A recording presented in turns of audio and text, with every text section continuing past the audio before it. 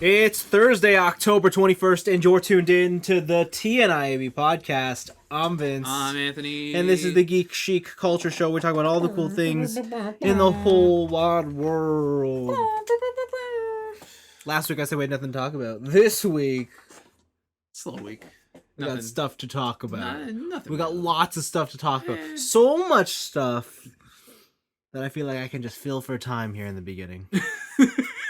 Is that wait, hold on. Does that mean there's a lot of stuff in that list? Who knows? But we intend to find out on this week's episode. We got Of Dragon Ball Z. we got a review of 007. No Time to Dizzle Dazzle. Oh, you saw it. Nice. We also had a couple events going on during the week. There's a couple things. A lot of picks. And I'm sure we had some enjoyable items throughout the week. I did. Did you? I did. Enjoyable, wholesome family fun. All right. Okay, I don't know why you phrased it like that. Yeah, now I know it's not. No, this is disgusting. You're gross. What? You don't even know what I'm going to talk about yet. I know. I feel it. The Ugh. energy that's coming off you. It's disgusting. The must. Ugh. Walking your day with your jean jacket, thinking like you're some hot shit. Hell yeah. No, Bro, that jean, did you know like denim jackets are warm? Did you know they're not comfortable? We did. They are. That one's real comfortable. They are not comfortable. I got like a loose fit, and I feel real cozy in that. They're too thing. stiff. Yeah, you gotta wear it in. You know what's comfy? What? Down. But it's all puffy and shit. Hence the reason why it's comfy. No. Like, what's your argument? Like this. So this flannel shirt, I've owned for maybe 10 years now. Okay. This is comfy. It's been worn in. Like, it's very malleable. Like, there's no stiffness to, like, any part of it, right? But also, like, when you get down, it's, like, it's poofy, but it's also stiff, and, like, it's too poofy in certain areas, and What are it's you a little talking about? awkward. What are you talking about? Yeah, I'm not a fan. So just so I get this straight, puff you are jackets. making the argument that the down jackets are less comfortable than your denim jacket. Like, the ones that are, like, like, where they're lined or whatever, where it's, like, the pouches of down. I'm not a fan of those ones. I'd rather take the denim. No. If it's like a full down, like just seamless down, maybe there's an argument to be made on the material. What? Depending on the material What? that's like holding What? the down. No. Yeah. No. Yeah. But like I've been cozying up with my denim jacket. It's pretty nice. Just get all warm. It's good. That's lame. I like it. That's lame. All right, because you know who would never wear a denim jacket? Who? James fucking Bond. James Bond would never. James Bond. Maybe if he was would undercover. Yeah. Maybe. Not even undercover. No, He'd be like, ugh. he would not. I've seen James Bond in many undercover situations. That man would never be caught dead in a jean jacket, let alone jeans. What if Armani made jeans? No, he's not wearing that. Really? He's a gentleman. All right. Okay. So James Bond, No Time to Die. I talked about it last week, and I said it was good. Yeah, well, yeah, but you saved all your hard opinions. You just said it was good. Yeah, and so now I gave you my overall. I got to hear it from you. I got to hear it from the James Bond fanatic. So this is the 5th entry into Daniel Craig's Bond, and I the have final entry in Daniel and Craig's I Bond. have been on record saying that Craig is my favorite Bond. It's crazy. Yeah, I know. It's right? crazy how so correct controversial you are. So controversial, right? Sean Connery, snobbish. You need sharks with laser beams attached to their heads. Wait, wrong movie. No, that's that's That's the other one. Powers. Judo Yeah. No Time to Die. No Time to Die. I gotta say, I thought this movie was pretty good. I want to say for the first thing I want to ask you is, Solid 3 out of 4. how did you feel about the runtime? Did it feel like a 3-hour movie? Yeah. Yeah, not to me. No, it felt very long. Damn. It was long. It was long. Oh, okay. All right. Yeah. I don't know, but it was good. Like I think on the whole, pretty damn good. All right. Of Daniel Craig's outings, it's of his 5. I would say it's the one right in the middle. Wow. Interesting. Yeah, I'd say it's the one right in the middle. I think I have to rewatch Skyfall because this might be number 1 for me. You think this is number one? Yeah, because I know Casino Royale That's number one. is a solid 3. That's number one. Casino Royale is the most complete action movie, the most complete Bond movie. It's a solid 3. Wow. And then 1 and 2 is up in the air between Skyfall and this one. No, this for one. me. This one I think is definitely 3. But yeah, so give me your full thoughts, because apparently you think this is the best movie of the year. It's pretty good. But we did see Fast 9. No, we saw Ava.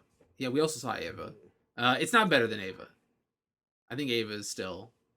You think this is the best Daniel Craig Bond? I think this is. That's probably the most mind-blowing thing I've heard. That's the hottest take I've ever heard. Really? Yeah. I don't think it was that hot. Like there's a lot going for. I this agree. movie. It's a good movie. Yeah. But I don't know if it's So what? Okay, we the best. Casino Royale. Yeah. Spectre. No. Trash. Spectre's not good. Like that. Spectre's actually a bad movie. Is it worse than Quantum? Quantum is also a bad. I forgot Quantum exists. Yeah, so that's why I said this had by like process of elimination. No Time to Die is the third best Craig movie. No, but process of elimination, Casino Royale is the third. No, I think no way. There's no way.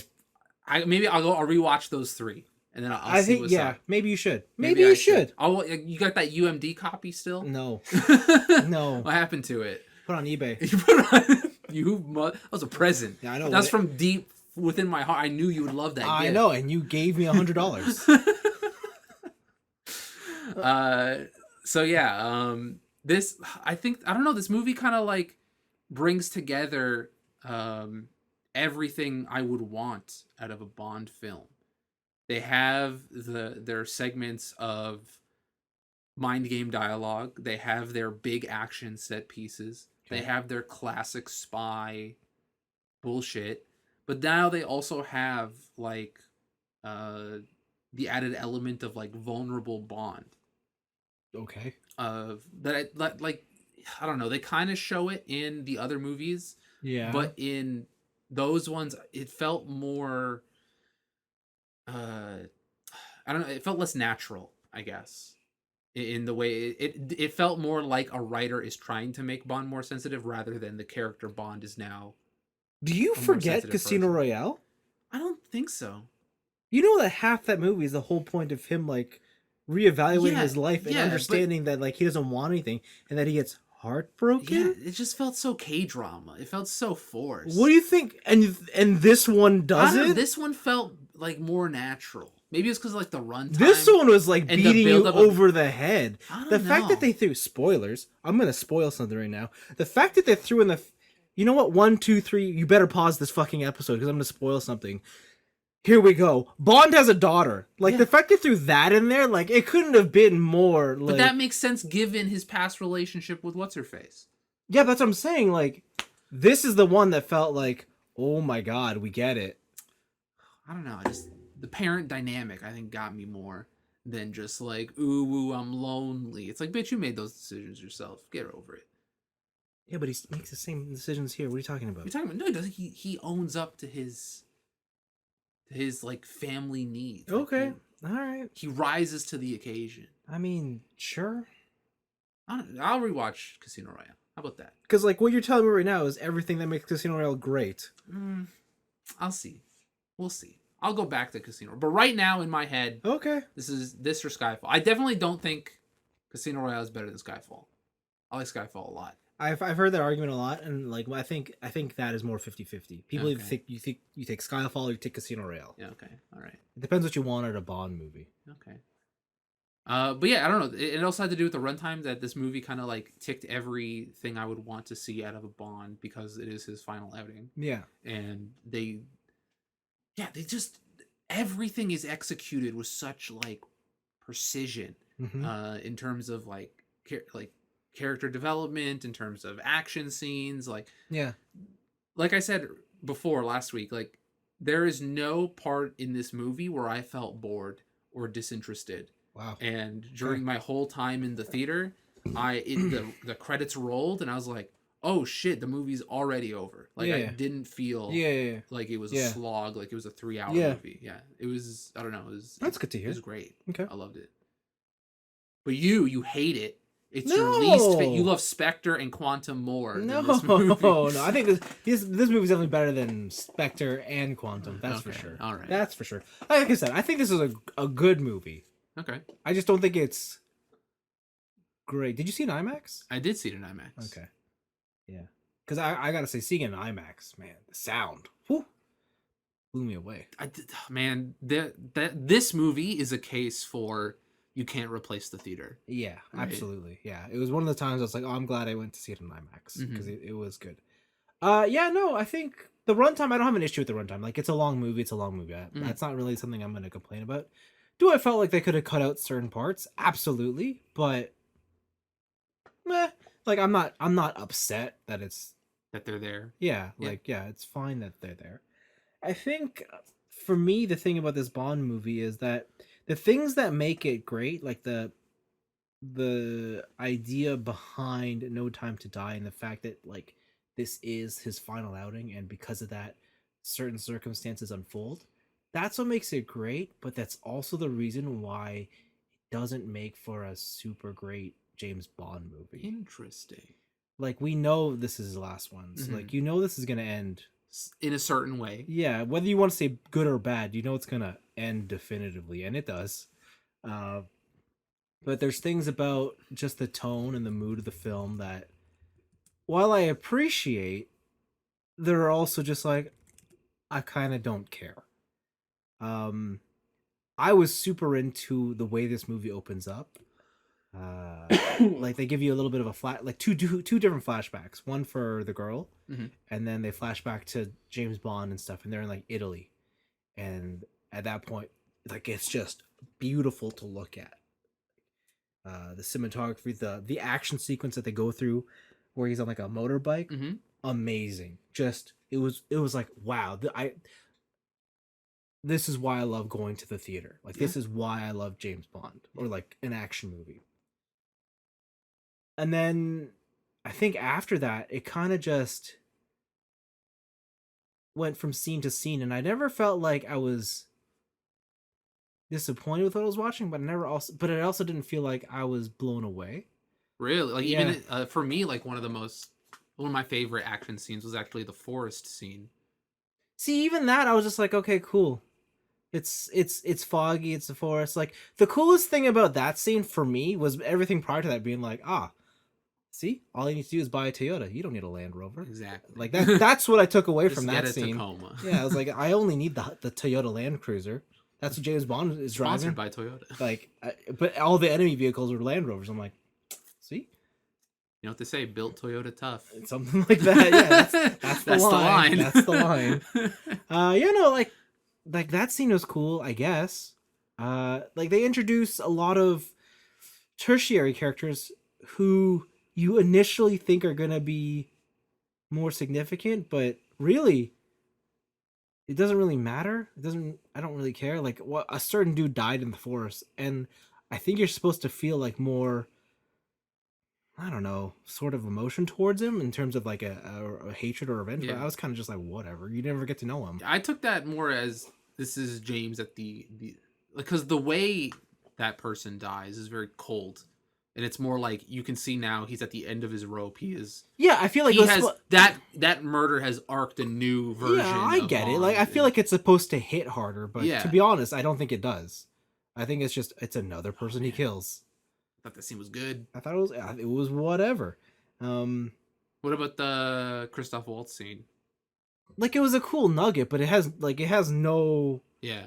Like, it wasn't very, like, as far as the this is a 3-hour movie, you're gonna tell me the 5-minute scene is gonna make this a better movie? No, like, it's a fun thing to watch. Honestly, that's my favorite part of the movie. And you know what, you might be right, and if that's the case, what does that say about the whole movie? Christoph Waltz is a sick fucking actor, and he needs to be in more stuff.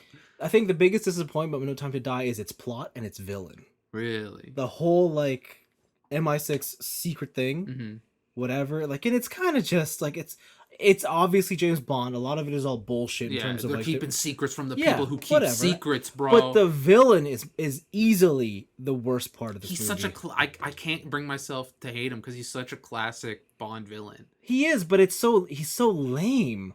What are you talking about? He comes out of nowhere.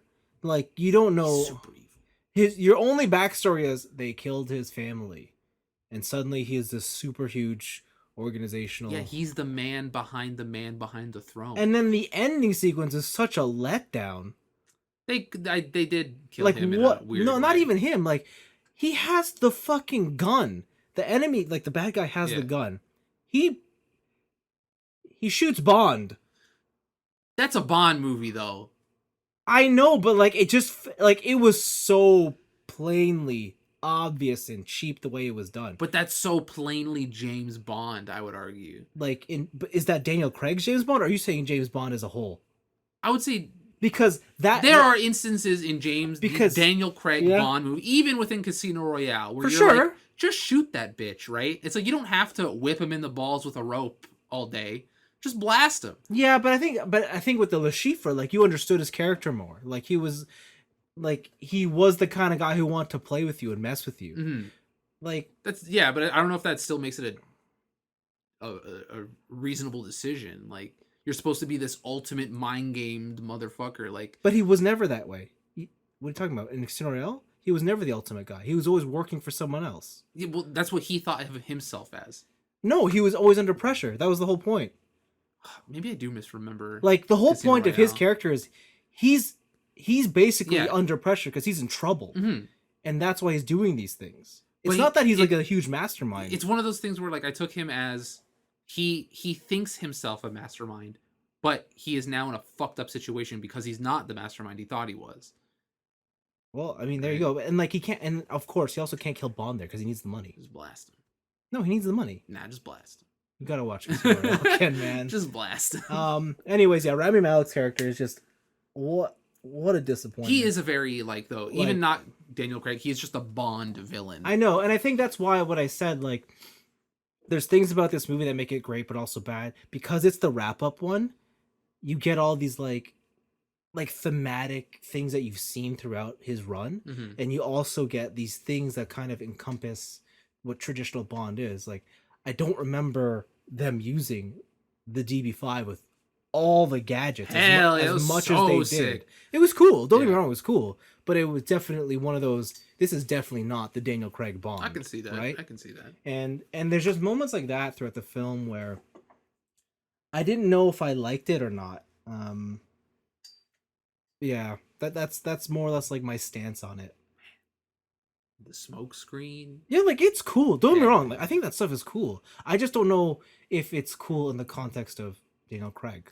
I think that might be why maybe I like this movie more than other Daniel Craig, because it is more classic Bond. It is more Bond general than specific this character's Bond. And it's weird because they do that, but they also have the other side of the coin where this is also the end of Bond. So he's not a charming character anymore.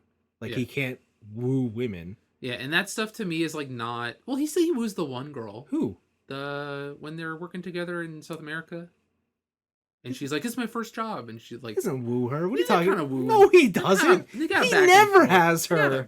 He never has. Like, there's playful, but he never has her. Oh, you mean that in that sense? Like, I got you wrapped. Yeah, like, he never has that in this movie. I meant more like chemistry. Like, oh, they're like with each other. Like he never. And to be honest, she might be the best part of the movie. Ana de Armas. Yeah, she actually is the best part of this movie. The new Bond. Her sequence is better than anybody else's sequence in the movie, I think.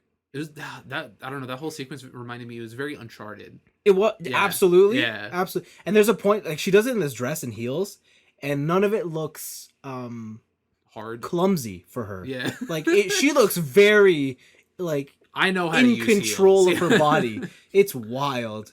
I think the ending where she's on the floor with the gun and she has 3 shots to take, like, she looks wicked doing it. Hell yeah. Like that was wicked. We should do this again sometime. Yeah, so I guess, the Italy and the Jamaica sequences were awesome, but once they left that and they went to Norway and wherever, that's where I think I kind of was a bit less, well, not less interested, but just less, like, it didn't suit my likes anymore. Like what I hoped from this movie. Okay. Yeah. But yeah. So this is your worst movie of the year? No. I still think it's good. I think it's good. All right. How'd you feel about 007?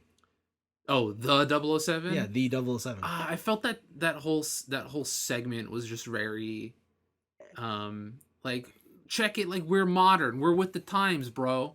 Like, James Bond isn't sexist. Yeah, see, I didn't get the whole Like, 007 thing either. It's one of those things where it's just like, get your own shit. Like, go make your own spy movie. Like, we get it. Yeah. But also, like, James Bond is James Bond for a reason, right? Yeah. But I did like the whole back and forth between, like, he would get called James and not 007, and stuff like that. Like, that was really cute. The whole number transfer, that was cool. Yeah. And there were some positives to that segment of the story, but, like, ultimately it was definitely like, what's the point? We're modern too. We get it. Yeah. Like, hashtag feminism. Yeah, I kind of wish they just committed hard into it, but I don't know. Then at that point, it's not a James Bond movie. I know, that's why it's just like, I don't know what to think about this one. Yeah. How do you think about Daniel Craig's whole thing of James Bond shouldn't be a woman when he came out with that on that quote? Yeah, but he also said, why do women want to be James Bond? Exactly. He's awful. Yeah. No, because he's a successful thing that makes a lot of money. Like, it's not. He's like, there's way more cooler people to be than James Bond. Yeah. I don't know, but yeah, that's No Time to Die. I think, like, I don't really have much more to say on it other than I think if you've liked Daniel Craig's run up until now, you'll probably like this movie. Mm-hmm. I think that's for damn sure. If you think it's the best one, you might think it's the best one. I gotta rewatch Casino Royale. We'll see. Probably need to watch Skyfall again too. I've watched that a couple times. I think I got that. You watched just Skyfall? Yeah, I've got that movie locked in my head. Do you know the other thing? And this is, I guess, more minor, but the guy, Ralph Fiennes, he's not Judi Dench, and, like, his impact and his relationship with Bond just isn't the same. I think that's what they were going for in this movie. Yeah. When, like, that's the whole reason he did that thing. Right? Yeah, for sure. I mean, like, yeah, for sure. Because, like, Judi Dench, they would have been lockstep. They'd have been like, Bond, I'm doing this wild shit. And then Bond would have been like, bro, what? I know, but I just mean, like, Ralph Fiennes doesn't hit the way Judi Dench does. Dame Judi Dench is, I think she's one of those actresses who's, like, a once in, like, a century type of people. Yeah. Where it's really hard to, like, no matter who they put in, I don't think anybody is beating Dame Judi Dench. Like, she is so good at what she does. Yeah, that's true. She's that's like true. a master class. That's true. So yeah, so, like, like, that one's harder for me to pin as, like, a negative, only because, hey, if she doesn't want to do it, she doesn't want to do it. But as far as, like, a character and the performance, I thought she died. Well, yeah, she dies. Oh, okay. She dies, obviously, but no, not in the movie. In real life, I thought she died. No. Shit. Okay. No. And that's why she stopped doing it, because she died. No, she's done. Oh, okay. She be done. Yeah, that's fine. Yeah. But yeah, like, she was so good at that role, and she played that role so well. Like, she defined it. Yeah. That I think anybody, they couldn't cast anybody to fill that in the same way she had it. Yeah. Okay, before we close the conversation on No Time to Die, I feel like I can't stop talking about this movie until I talk about the cars. Okay. I'm a little disappointed that not enough Aston Martins. No, they had a lot of Aston Martins. Yeah, they did. I was going to say that. But they only used one. Yeah. They only used the DB5, which, fair enough, they used a DB5.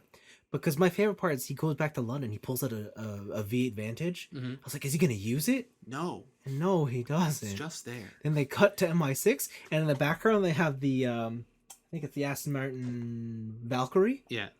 The one that's designed by Red Bull. I'm like, are they going to use that? No. And then 007 picks up James Bond after The Forest in a DBS Superleggera, and I'm like, are they going to use this one? No. But you know what gets used? The Toyota whatever, Land Cruiser. Yeah, Highlander or whatever the fuck. I'm like, geez, of all the cars. Yeah. That's the only, honestly, that's the one to use. No. Yeah, that's the one to use. Yeah. What if they have, like, an off-road fucking Aston Martin. They do. It's called the DBX. No, they should have used that. I know. I'm surprised that didn't make it as the family vehicle. Just high suspension, big ass tires. Yeah, I don't know. Anyways, yeah. So, do you think that James Bond should move away from the Aston Martin in terms No. of the spy car? No. No. No. Okay. No. You want to see Bond in a Supra? No. No. Yo, what if Bond's way into JDM? Like, hell yeah.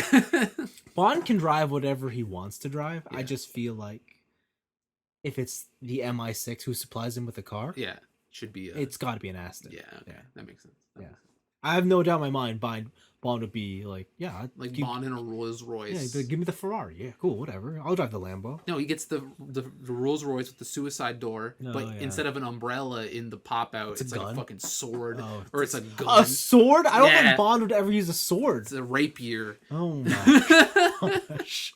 Fuck yeah. Okay. Anyways, that's No Time to Die. Do you have any closing thoughts? Yeah, it was great. I think this is something, if you've been like, I don't want to see it in theater, like I don't want to go to the theater, just go see it in theater. Like the way to see this movie is in the theater. Yeah, go see it in the theater, definitely. When you watched it, did you get the trailer for Maverick? Top Gun? No, I got Dune and some other stuff. You didn't get, okay, because the Top Gun trailer, they crank, like, it's just so you can hear the jet engines. Okay. It is painfully loud. It is. Remember, like when they used to be like the like the DBX or whatever the fuck it was. It's painfully loud when yeah. they do that trailer. I was sitting there like, oh my god, my ears are bleeding. Just plug Yeah, it was awful. I want to see it. You know what? I don't know if I've seen the original Top Gun. What? Yeah, I don't think I've seen it like in its entirety. What? Yeah. What? Yeah. How could you have not seen that? I don't think I've seen it. Oh wow. Okay. Wow. All right. I can honestly. I feel like that's a movie you would have seen. Probably. It should have been. Yeah. Yeah. I mean, I only watched it within the last 10 years. I don't think I've seen it. So okay, cool. Anyways, want to talk about some picks? I do. All right. Well, since we're talking about movies, anyways, DC Fandom happened last weekend. So is it Fandom or Fandome? Fandom? I have no fucking clue. All right. Okay. Fandomomo. Anyways, it's not that one. as you would definitely not that one. As you could imagine, they had a bunch of trailers. There's only 4 that matter. Yeah. So the big one, I think the headliner is we got a trailer for The Batman. Nice. Robert Pattinson's Batman. No sparkling, no vampires to be seen. No, but I could dig it if there was. Him and who's the Harry Potter guy? Daniel Radcliffe. They both had like this weird career trajectory of I am going to be a child/teenage star. Yeah. And then I'm going to use all this money to just be in passion projects. Like Daniel Radcliffe has been in some weird fucking movies. Have they been good though? Who did I say? Daniel Radcliffe? Yeah. Yeah, they've been fun. Okay. Like I don't know if they're gonna win because I'd argue an Academy Award. I'd argue Robert Pattinson's roles have always been cool. But like, Robert, like he was in that one movie with William Dafoe, Lighthouse or whatever. I heard that's an amazing film. Mm-hmm. Like just like one of the best films ever made type of shit. And they've both gone on to this like weird, interesting career thing. And it's like, man, if I ever like when I get into my career, I hope that one day I can like just afford to do what I want instead of like having to grind like and live like those guys. You know who arguably had maybe the better career path? Who? In the similar, the other Twilight character, Kristen Stewart. Yeah, I haven't followed her at all. Have you seen her in her role as Princess Diana? No. Uncanny. Really? Uncanny. You wouldn't even believe this is the girl from Twilight. Unbelievable. Let me read you a headline from the Daily Beast. Kristen Stewart doesn't look like Princess Diana. That's kind of the point. When she talks though, it's like you wouldn't believe this girl's American. Oh wow, okay. Cool. She's something else. Anyways, the Batman trailer came out, and I believe it came with a release date sometime in March, I want to say. Yeah. It's either March 3rd or March. Everything's coming out in March. Yeah, it's somewhere in March. Everything in February for video games, everything in March for television and movies. Yeah. Anyways, we get a good hard look at Robert Pattinson's Batman, and this movie's looking hot. Just eating bullets. Yeah, there's a scene where he's walking through a corridor and dudes are point blank shooting him with an assault rifle, and he's just taking it. He's like, Lucius got the microfiber ballistics, Like, baby. it ain't even that kind of like previous Batmans where they gotta, I don't know, flinch a bit when they get hit by bullets. Yeah. Dude's just He just walks through it. walking. Yeah, this definitely looks like a more brutal Batman. Yeah, There is a scene too where it's kind of an homage to the Dark Knight where he like punches the glass. Yes. But it doesn't break in this Mhm. one. Which I thought was like, I'm like, just leave that shit alone. Yeah. Do your own thing, please. Yeah. Because all the stuff I really liked about this trailer was everything that was like, oh, this is a new Batman. Yeah. Nothing that was an homage to something else. Yeah. There's also, you get a good clean look at the Batmobile, which is Dom's Charger. And and yeah, and the suit looks good. You get more, I guess, a closer look at Catwoman or Selena Kyle. Mhm. I forget the actress who plays her. Everyone looking good in this movie, though. Everyone does look good in this movie. I don't know who the villain is. I think it's the Riddler. Crime. Gotham. Gotham. No, I think it's the Riddler because he has when they take him at the beginning, he has He's the the- question mark in the coffee cup. Okay, yeah, so it must be. Anyways, I think this movie's looking great. I'm so excited. I will be so upset if it's not good. Oh, I'll be so upset. I'm getting, because like this happened in a couple other trailers too. Yeah. I'm getting really tired of the way movies remix pop songs, What do you mean? where it's like one line of the chorus of a song and then like Hans Zimmer, and that's like every film is doing that, and it's so annoying. No, I think it's good. I hate it. I think it's great. It's the worst. It's the greatest. I don't even know what the song was in this movie. It was like, I think it was a Nirvana song in this one. I wouldn't have been able to Or tell. was that the Uncharted one? I don't remember. I don't know, but we're gonna We'll get there. We'll We're get gonna get We'll there. get there. Next one, we got a first look at Black Adam, The Rock. Yeah, they showed The Rock turn a guy into a skeleton. That was pretty cool. Yeah, it's a teaser. Did you see the original Shazam? No, I keep meaning Yeah, to. same. Yeah, I think it's on Netflix. Is it actually? I think so. So I meant to check it out. If it, oh no, maybe it was on Amazon. Oh, Anyways. I'm never gonna see that movie then. Yeah, so I'll check it out at some point. But I heard it was good. Yeah, Shazam is not on. This is not on Netflix. Yeah, I heard it was good. So I'll hopefully check that out. Black Adam. I mean, at this point, it's not. No opinion. Just I'd like to see it. Comes out in July. Ryan Reynolds' Green Lantern is on Netflix. Okay, thanks. The other movie was The Flash, Mhm. and this one Also a teaser. was just a teaser as well. But it did show more than Black Adam. It did. Showed- Multiverse shit. Yeah, a lot of multiverse shit, and they hint at a Batman, which everyone is assuming is going to be Michael Keaton. Batfleck? No. No. At the end of the trailer, he pulls the cover off. Everyone's assuming a car. Mhm. Everyone's expecting that to be the 1989 Batmobile, That'd be pretty cool. the Tim Burton Batmobile, which a classic. I think in many people's eyes, Mhm. that is the quintessential Batmobile. So, super cool. I don't know if I'm as interested in this movie or the implications of this movie, Okay. because they keep talking about rewriting timelines and stuff, and I would like to know is this the movie they're going to use to try and like write out Batfleck, get New Batman. new Batman in, get someone else out, this and that. So that's probably the more interesting thing about this trailer or this movie. I actually could care less about the actual movie. Yeah, they all haven't been very good. Whatever. The other things they announced was Shazam 2 and Wonder Woman 3 are officially confirmed. Nothing has happened yet, but they're on the way. I'm surprised Wonder Woman's getting another one because I heard that movie's dog shit. The second one? Yeah. I never saw it in 1984. Yeah, I heard it's bad. I think the rumor is the third one's going to take place in the Spanish Inquisition, so Okay. we'll see what happens there. The last trailer I picked out from DC's thing was for a video game called Suicide Squad Kill the Justice League. This is the new Rocksteady game. This is the makers of the Batman Arkham games, Mhm. which is very confusing because they had Gotham Knights, Which is not. which looks like the Arkham games, But it's not. but is not made by the Rocksteady team. Yeah.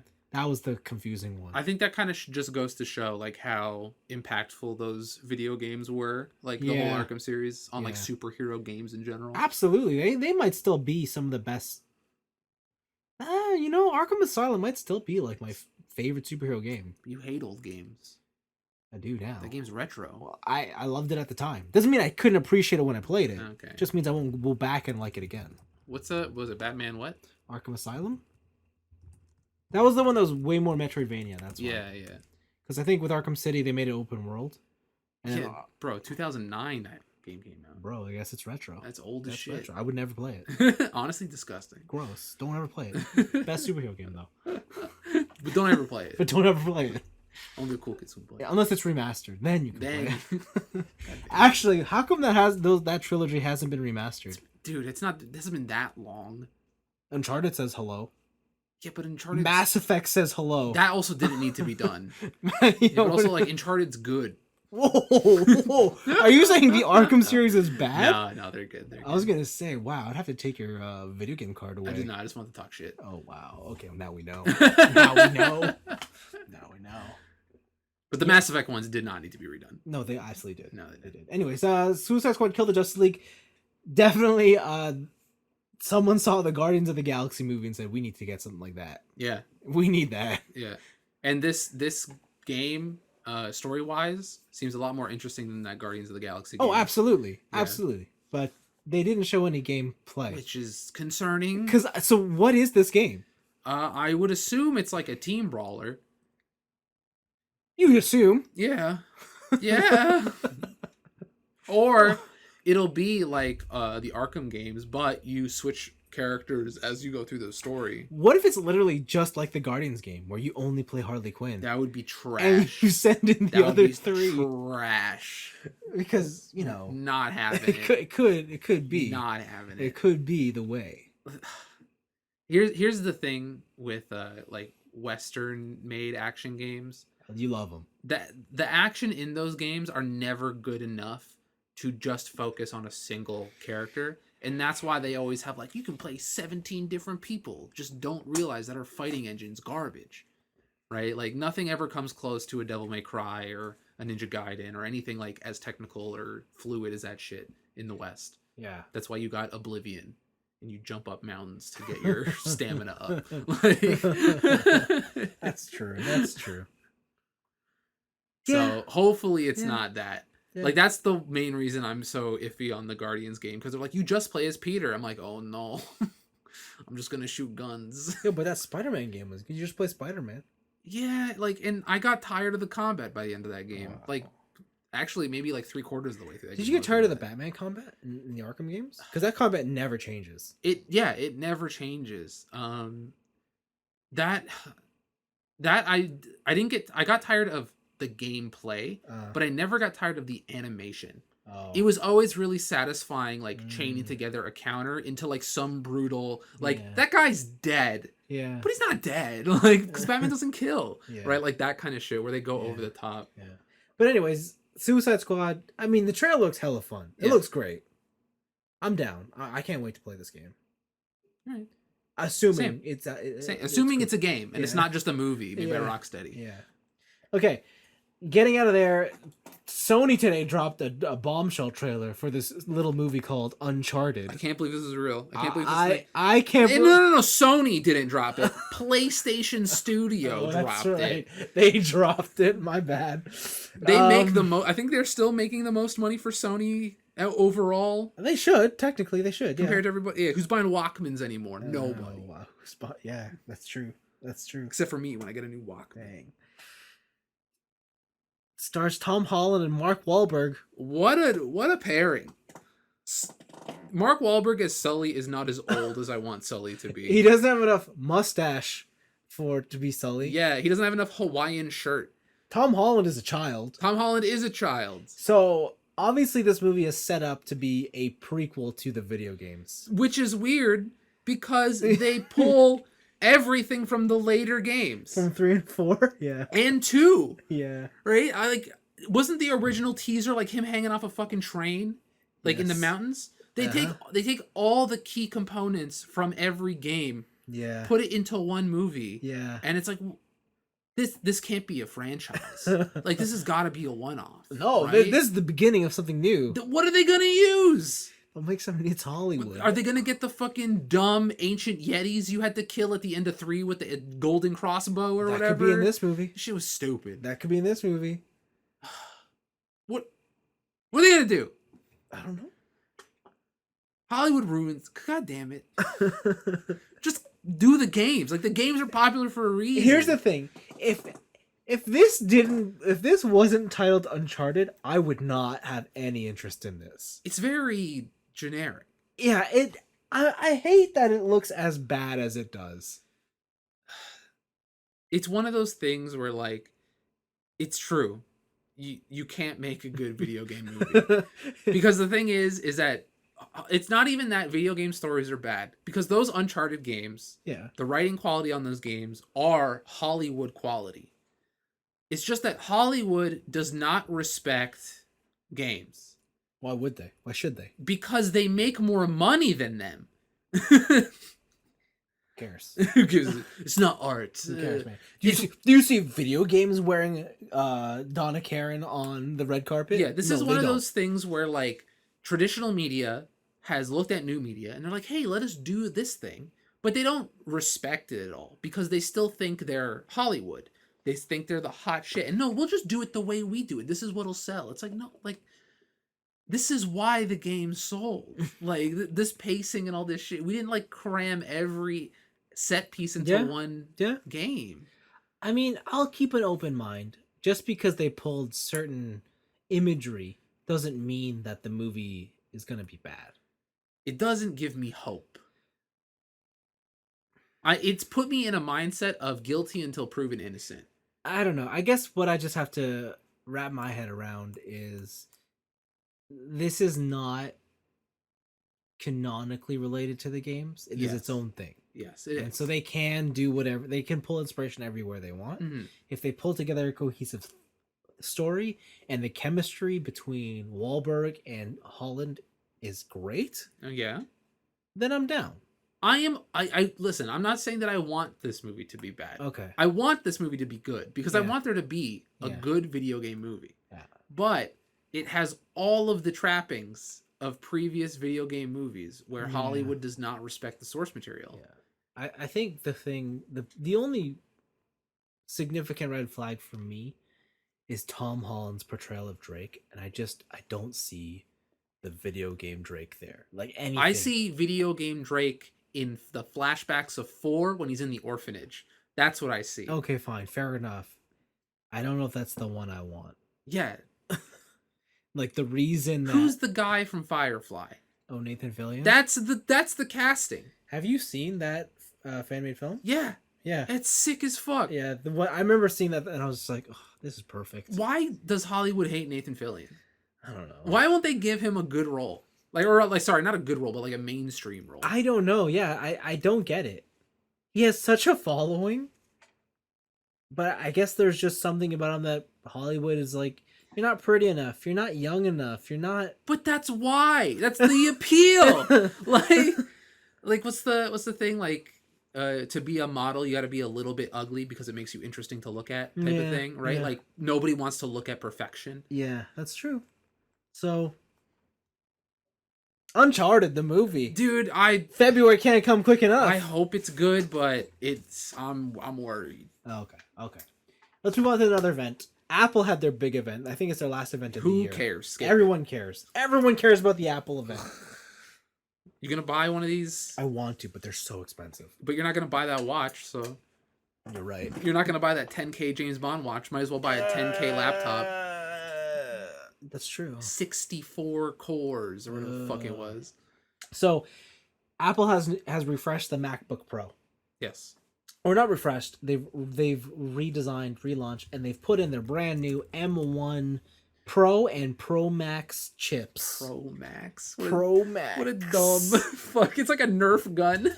You know that's what they've been calling their phones for the past couple of years. Pro and Pro Max? Yeah. It was so stupid. You don't have the iPhone 12 Pro, that's right? dumb. But I didn't shit. get the big one because I didn't want the Max. The Pro Max? Yeah. Oh, so dumb.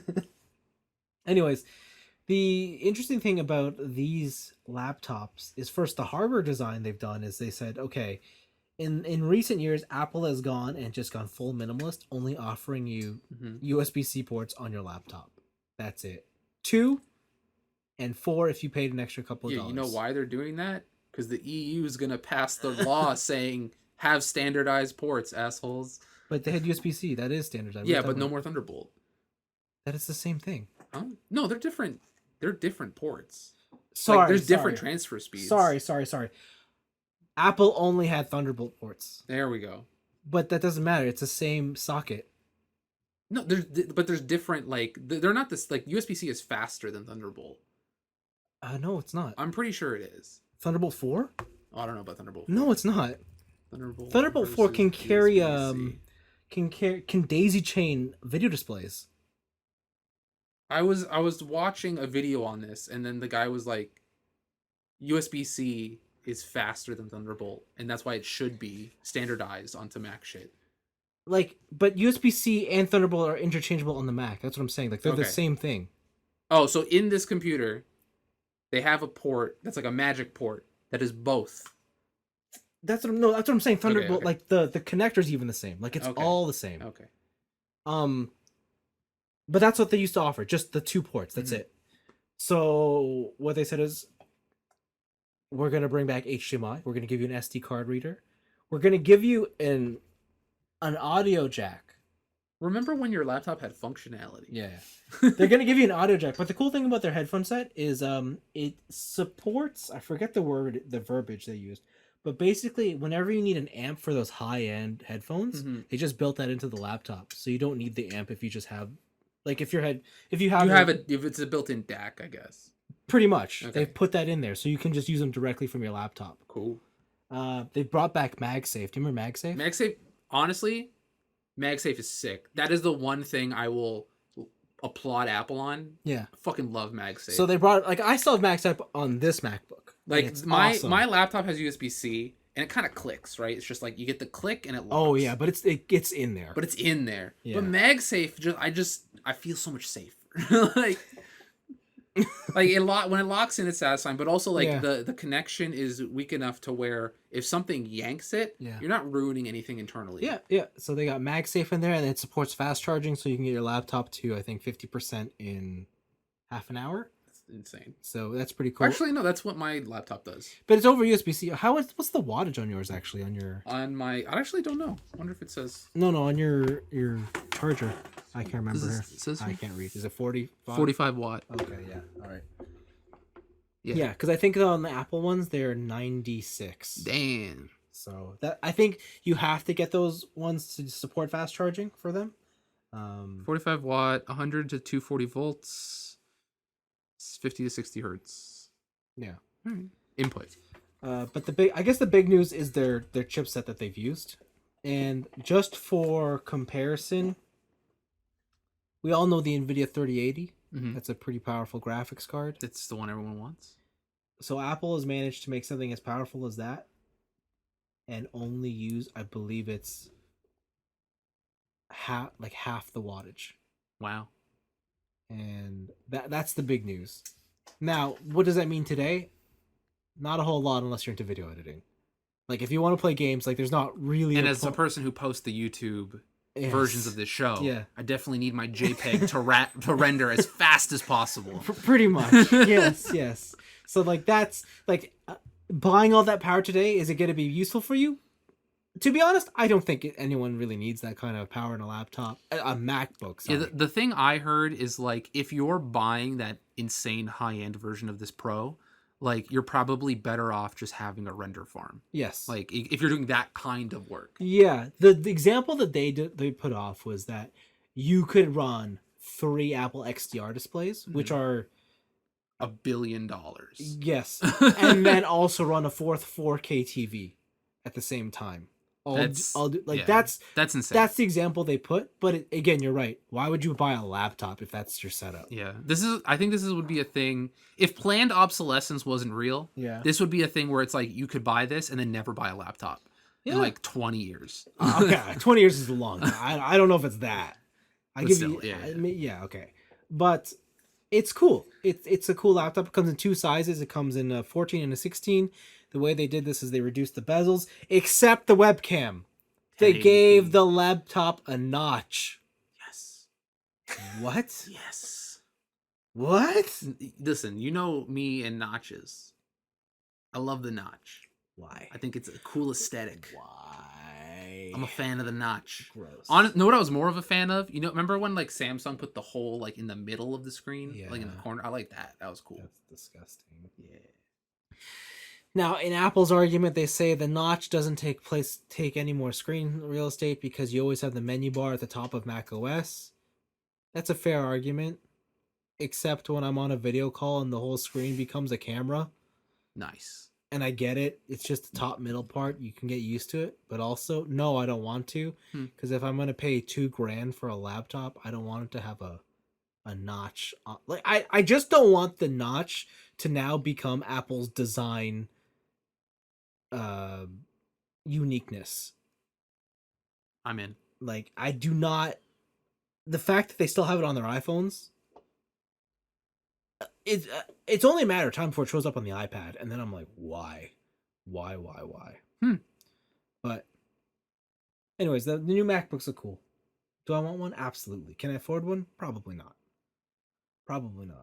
You can. Well, you could. Here's the thing. I looked at the pricing, and yeah, it looks expensive, but then I looked at a comparable like XPS. Yeah. It's the same price. And then you looked at your work benefits, and you're like, I could do this. No, I have other plans for that. Okay. So I don't have plans. You've been saying you're gonna get rid of this MacBook for like a decade now. But you know what happened? What?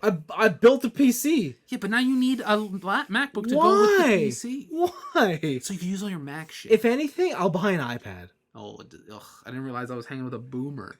Oh my god. You're gonna be like, oh, Anthony, let me take a picture, and you're gonna pull out the whole iPad. Hell yeah, that's right. Disgusting. I'm gonna do it. Yeah, I know you would. You would. Next vacation, watch me. Gross. Watch me. So yeah, you're gonna get the sun visor. You're gonna live the you're dream. gonna be jealous. You're gonna be jealous. You're like, Anthony, you gotta wear some long sleeve. You're gonna get melanoma. Yeah. The other thing they announced were AirPods 3. Doesn't everyone and their mom own an iPod already? AirPod, whatever. Who cares? You don't own AirPods? Yeah, because I don't own an Apple product. Well, it's time to get some Apple then. No, I was looking at some Estelle and Kern MP3 players. So cool. AirPods 3. What are they? Think of the AirPods Pro. Take out the noise canceling feature, and you got AirPods 3. Okay. So that's what they are. If you have AirPods, because I originally was interested, and then I realized, oh wait, it's not an upgrade over my Pros. So whatever happened to the over ears? They still sell those. Okay. You mean the AirPods Max? Oh, gross. Those still stood at the top for like $500. Okay, so all right. They're still available.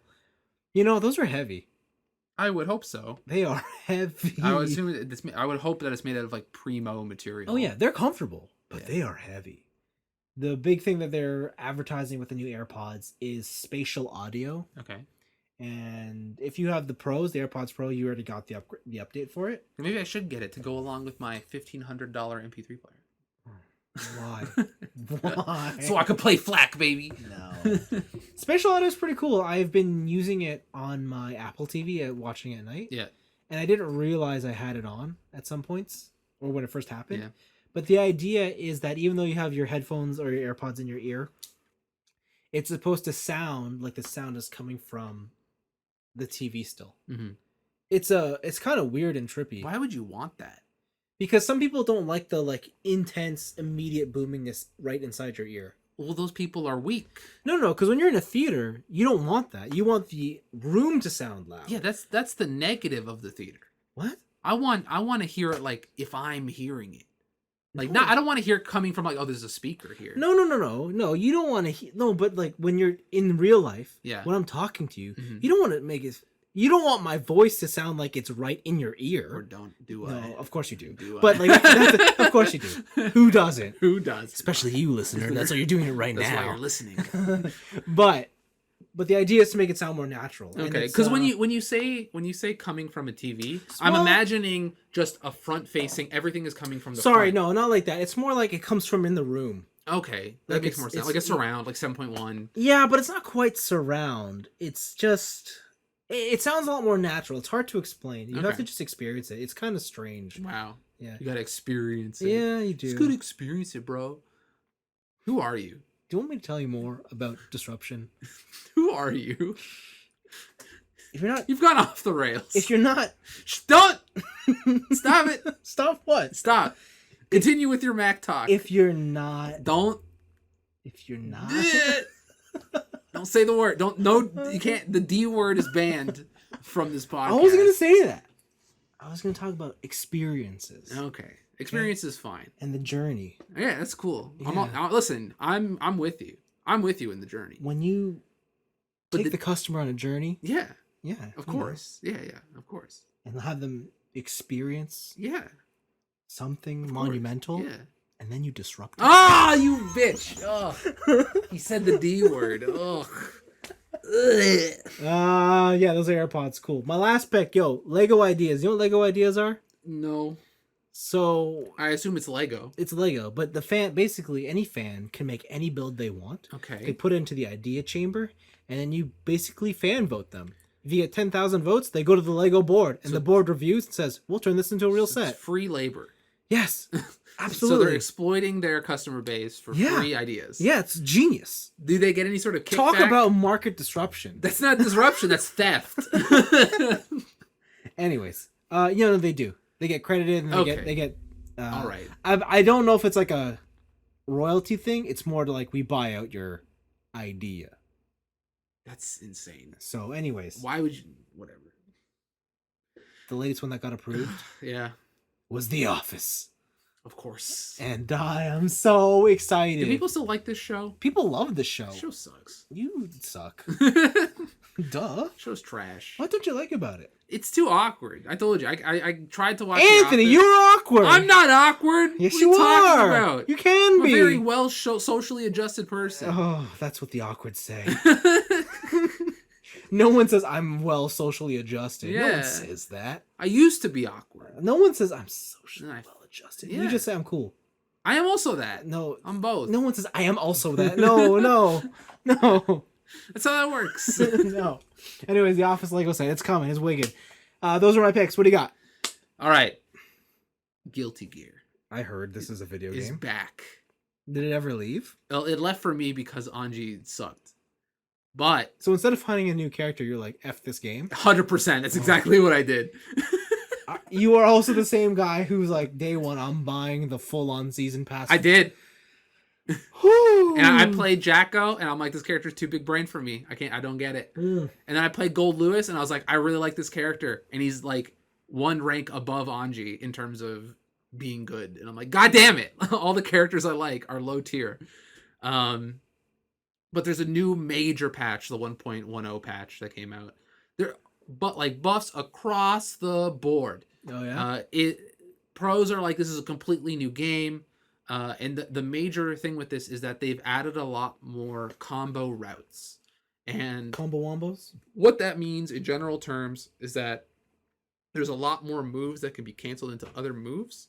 And there's a lot more freedom with the roaming canceling system. The system where you spend 50 meter to cancel whatever you're doing and to slow down your opponent and get the advantage. Right.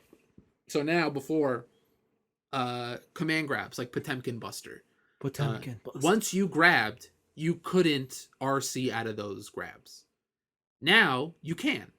Why you would want to do that? Who knows? But the point is, You can roam and cancel out of the grab? yeah, out of a command grab.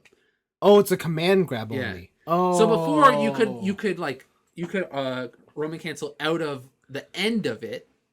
Yeah, but you're saying you can cancel at the beginning? You can beginning, the middle, Why? quarter of the way through. I don't know, but that's where all the fun comes from, because they've added so much freedom. What they've done now too is there's one the one I saw is the Potemkin rocket.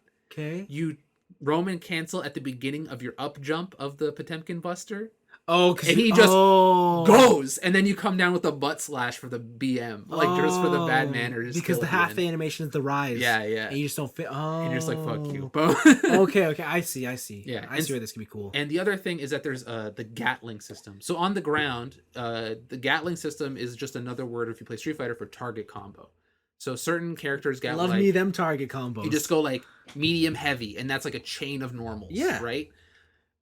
So now you can Gatling in the air, allowing you to cancel normals into other normals more naturally while airborne. Okay. Allowing for air combo routes. Yeah. So which has opened up a lot of avenues for a ton of characters. I was gonna say, does Guilty Gear usually have lots of air?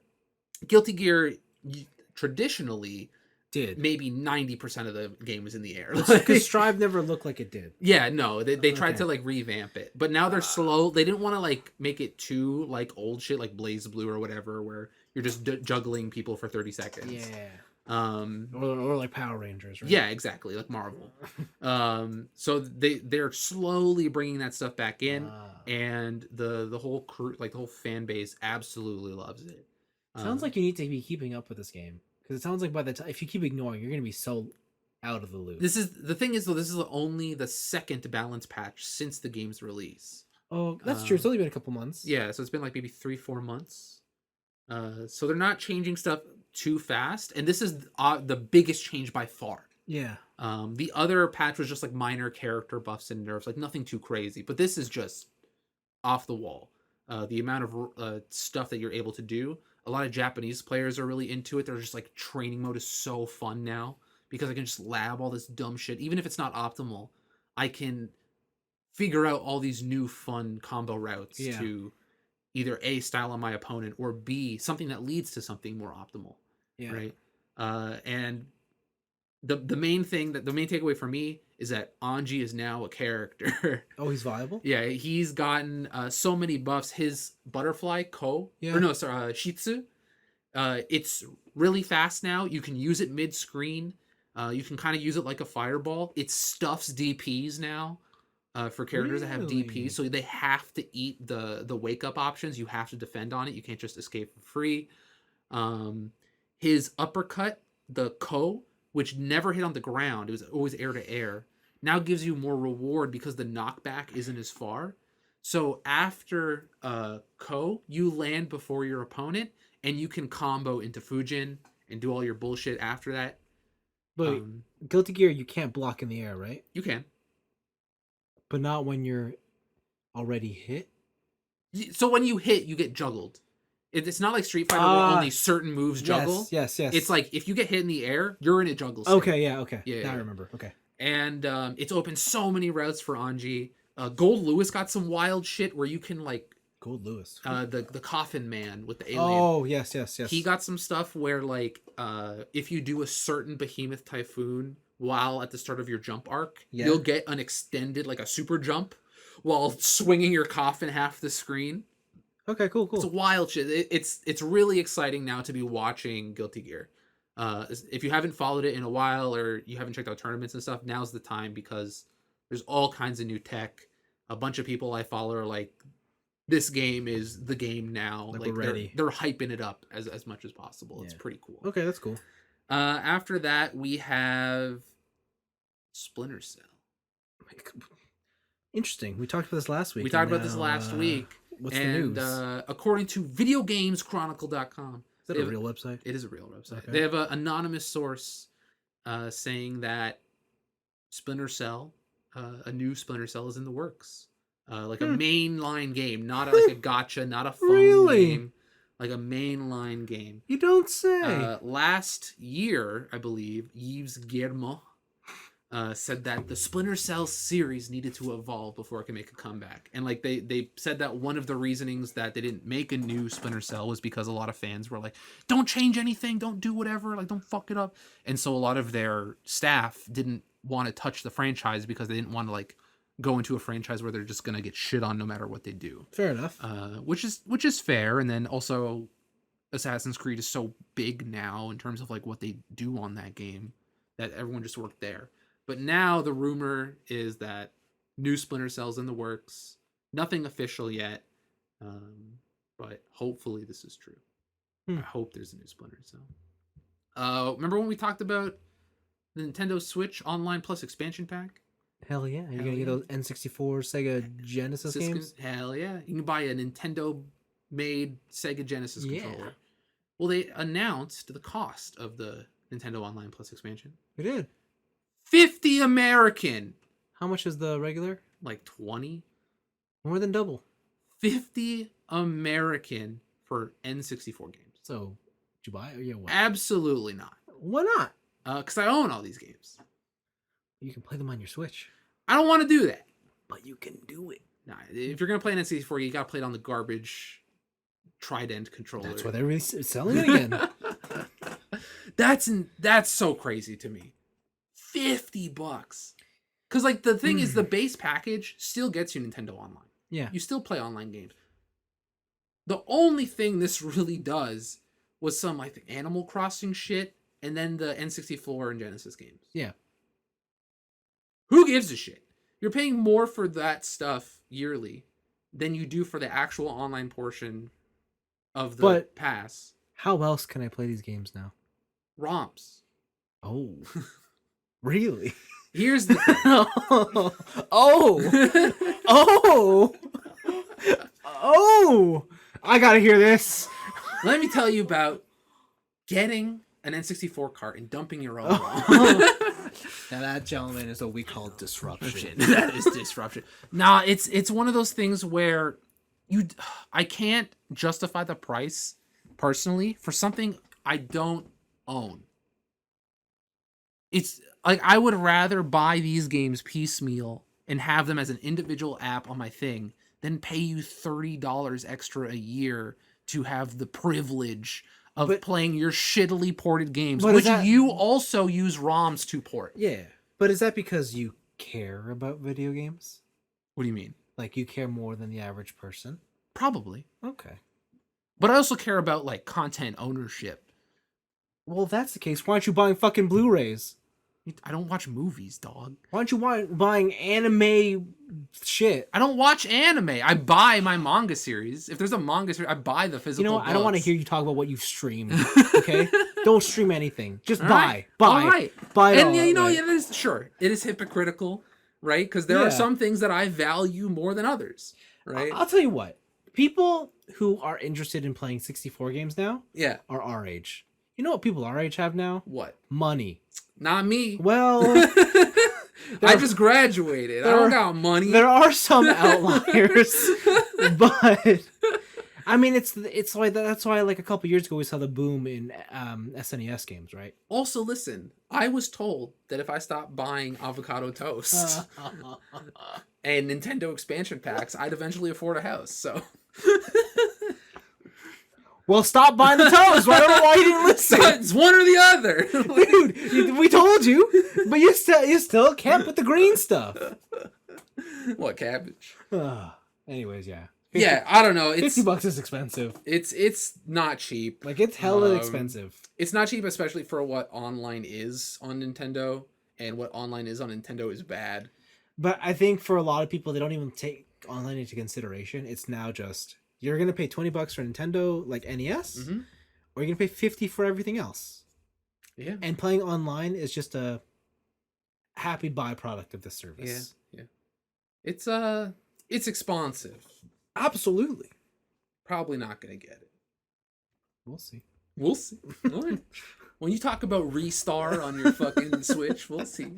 On your Sega Genesis. When you're like, check out Jet Force Gemini, I'll be like, all right. Man, you know what? That game might actually be bad. What? That game's good. Was it? TJ, Jet Force Gemini was good, right? Was it? Yo, I love that game. See? Yeah, but have you played it recently? My 64 is not done. Oh yeah, true. So, because I remember playing that game. I remember liking it. did you play it by yourself? Yeah, I did you play did. yourself? Oh. We always played together. That game has multiplayer? Yeah. Oh shit. Has co-op It mode. also has couch co-op. I didn't know that. Yeah, man. Damn. I would hope it's couch. What? Nintendo 64 online? Dude, P2 can't die. P2 can't die? P2 can't die. Wow, this is was it Mario Odyssey girlfriend mode before? But you can't die. Damn. I always played it. That's played too. I was too busy playing brute force on the Xbox. Oh, okay. Being the lizard man. Hmm. But yeah, it's expensive. That's Yeah. end of story. Okay. Call of Duty's Ricochet anti-cheat. We talked about it last week. Oh, is that what this is? I read Yeah. Ricochet in your notes. I'm like, what is he talking about? Yeah, like, so the 1998 PC game Ricochet. Oh. No. Call of Duty's anti-cheat Ricochet. We talked about it last week. It is the kernel level, deepest access of your computer, Valorant style. I love it. Get in my anti-cheat. system. It's been leaked. Yes. Already. Oh, nice. To hackers. That's what I like or to hear. has it? What? So there was a story last week that said the Ricochet anti-cheat has already been leaked to hackers. Okay. It was sent out to a couple people that remained anonymous so they can get like a public testing type environment and blah, blah, blah. And they said from there, someone has leaked it to hackers. Okay. But Waypoint by Vice reports the leak of Warzone's new anti-cheat system was actually all part of the plan. Wow. So I can't tell if Activision Blizzard is playing 5D chess, Lelouch style stuff, but now what the rumor is that they did leak it. It had been leaked, but on purpose, of a fake anti-cheat, so they could see how hackers would react to kernel level bullshit and blah, blah, blah. And it's so crazy that this is the level that video game anti-cheat has come to. I just wish that this year's Call of Duty wasn't based in World War II, and that it was more like future tech. This was like a marketing stunt. Yeah, and then you'd really be like, wait, what? Are they fucking with it? Yeah. Huh? Yeah, it's kind of crazy. Like this is the kind of stuff I wish that was they would say with what was that game by Ubisoft where you're hacking everybody? Watch Dogs. That's the one. Watch Dogs 2 is a good game. Yeah, that's like I wish this is the kind of leak that came with Watch Dogs. Mm-hmm. You wouldn't understand what's real. It's honestly, this is where I'm at with this whole news story. Yeah, so they came out and they're like, obviously we don't want the cheat community to come out and get it, but it is going to happen if you have any sort of public test of your system. So they had put that into consideration when releasing this public test version of Ricochet. Okay. Which is not the real version of Ricochet, but they could use it to gauge there are pieces in the data. Yeah. Okay. Look into the code, Neo. Like, all right. It's kind of nutty. This whole story is way wilder than I can get into on this podcast. It's a very interesting read. Okay. So yeah, I recommend checking out the whole Ricochet leak, or is it a leak type of thing. All right. The other one is, this one's just like Xbox Series S and X. Yeah. It's a worldwide console. They sell it in all markets, including Japan. Yeah. How long has it been out now? Less than a year. Less than a year. It's finally reached a milestone in the Nihon. Okay. It's finally sold 100,000 units. Wow. Bravo. Good job. Just for comparison, how much did PlayStation sell? 1.1 million units. Okay. Okay. All right. You know, that's pretty good. 10%? Yeah. You know what? 10% of the competition? I read this story and I'm like, why do they even sell it in Japan? Why is it even there? Like, yeah, I get, that, like, at some point, you just gotta, it's Japan. Right? Yeah. Like, you gotta be there, I guess. Like, why would the Japanese ever be like, oh yes, let's go buy the American system. Yeah, let's buy the non-Japanese one. Like, come on, let's be real. Exactly. But someone, also at a certain point, because was it Phil Spencer a while ago? Yeah, who was like, we're not gonna cater to the Japanese market anymore. Yeah. Like, because they tried to do that with the original Xbox and the 360. They got they bought a bunch of independent developers. Yeah, they had a lot of really good games, like Otogi. Yeah, game's sick as fuck. They released a bunch of bullet hells that were like Japanese exclusive and shit like that. And they were just like, yeah, that shit don't work. We're just not going to cater anymore. And at that point, I'm like, why are you even there? Yeah. Like, why is that a market for you? But I just saw that across both versions of this console, they have finally broken the 100,000 unit mark. And I was just like, that's hilarious. Yeah. That's funny as fuck. Yeah, I think Xbox still has like the big stranglehold in Europe. Yeah, I believe so as well. Yeah. It's weird when I hear European people talking about video games and like, oh yeah, just turn on the Xbox. Yeah. And it's like people say turn on they refer to Xbox as default. the console. Mm-hmm. It's so wild to me, but yeah. Then the last couple are some game updates. Okay. Tiny Tina's Wonderland had some gameplay. Yep. And it more like class breakdowns. Yeah. They had the Stabomancer and the Berserker. Yep. The Stabomancer is a guy who summons ethereal knives. It's like a mage, but for stabbing. And then the Berserker is a berserker, but uses cold attacks. Yeah. Stuff like that. And they said, like, that this wasn't going to be Borderlands. Like, it's something it's Borderlands. This is just Borderlands. Yeah, it's Borderlands. This is just Borderlands. I won't lie. I think this looks cool. Yeah, listen, I think it's rad. Yeah. And after playing Borderlands 3, Yeah. I'm down for more Borderlands. Okay. But why would they lie like that? Yeah. Why would they lie? Yeah, when they said it is not Borderlands, I mean, I guess, sure, you're right. It is not Borderlands in the traditional sense. Yeah. But They have melee attacks. Cool. yeah, but it's like saying Saints Row is not Grand Theft Auto. Okay, but it is. Which is a great segue Yeah. because Saints Row had a new trailer outlining criminal ventures. Oh, yeah. In their open world. Yes. And the whole story of Saints Row is trying to go from just a street gang to a crime criminal syndicate. mega corporation. Yeah.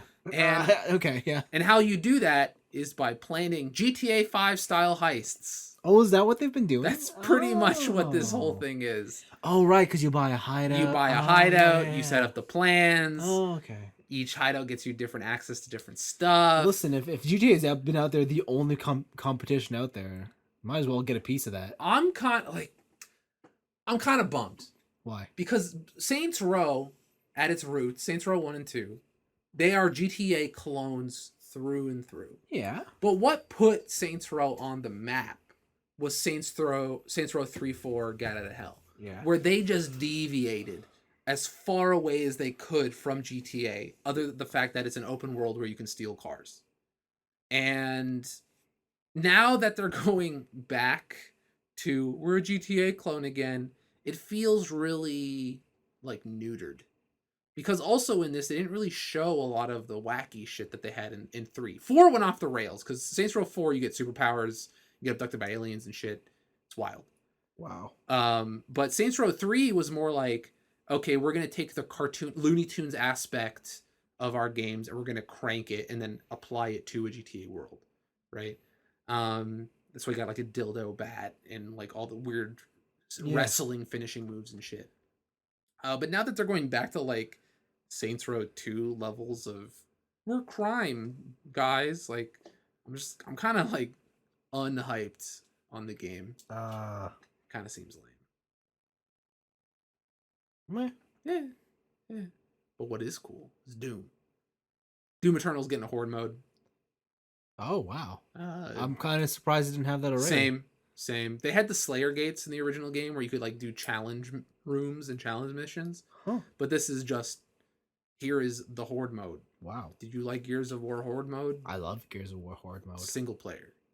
Oh. Yeah. I don't. So that's the thing. They showed that there's a horde mode. They didn't say if it's like multiplayer or anything. There's no like Oh, that's kind of attack. It's more just like we are gonna endless mode. We're gonna get you to use the movement skills that we have put in this game to their maximum potential. All right. And honestly, the movement in that game is good enough to warrant this kind of a mode. You played the second one? Yeah, I didn't play the DLC, but I beat Eternal. Okay. That game's sick. That game's yeah, you love that fucking game. good. Okay, Yeah. Right. And I should have bought it on PC because I'm watching people play. Where did you buy it? Bought it on PS4. Did you buy both of them on PS4? Yep. Oh, I thought you Yep. bought them on PC. No, I own one on PC, and then I played it again. But then I bought it on PS4. But yeah, like PC movement and all that shit. Like I've seen people like Twitch streamers play on like Ultra Nightmare or whatever the fuck difficulty, and you're just zipping, zooming around. Like that game looks so sick on PC. Okay. So should have got that. And then the last one is everyone's favorite Diablo clone, Path of Exile. It's getting a new season. Is that everyone's favorite? It's my favorite. Okay. So that's all that matters. All right. Well, I don't know. The Diablo 2 remake came out. I heard that was kind of whatever. It's do you like Diablo 2? Yep. It's that. They didn't they just made more graphics. Oh, that's great. That's apparently the whole game. This game is just the same. Wow. It's just more graphics. Blizzard taking your time. Hell yeah. So yeah, PoE is getting a new league called Scourge. Scourge. And how it works is that when you start the game, someone's like, quick, put this gem in your chest. Okay. And then you do it. I'll put it in there. And what that does is that you get this Scourge gem, and it, as you kill monsters, it fills up a meter. Okay. And when you flip that, when that meter gets over a certain point, you can manually flip to the Scourge mode.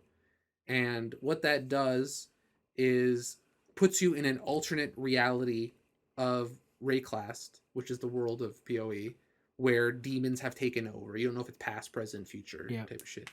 And as you kill enemies in there, you fill up your blood gauge, which allows you to modify weapons in special ways. So in PoE, they have two sets of modifiers.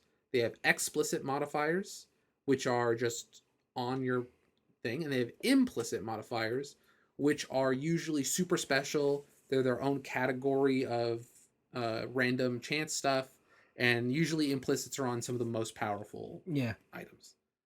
Or you put them on there via workbenches and stuff. Okay. In this one, they have the Scourge Modifier, which is another level on top of explicit and implicit at the Scourge.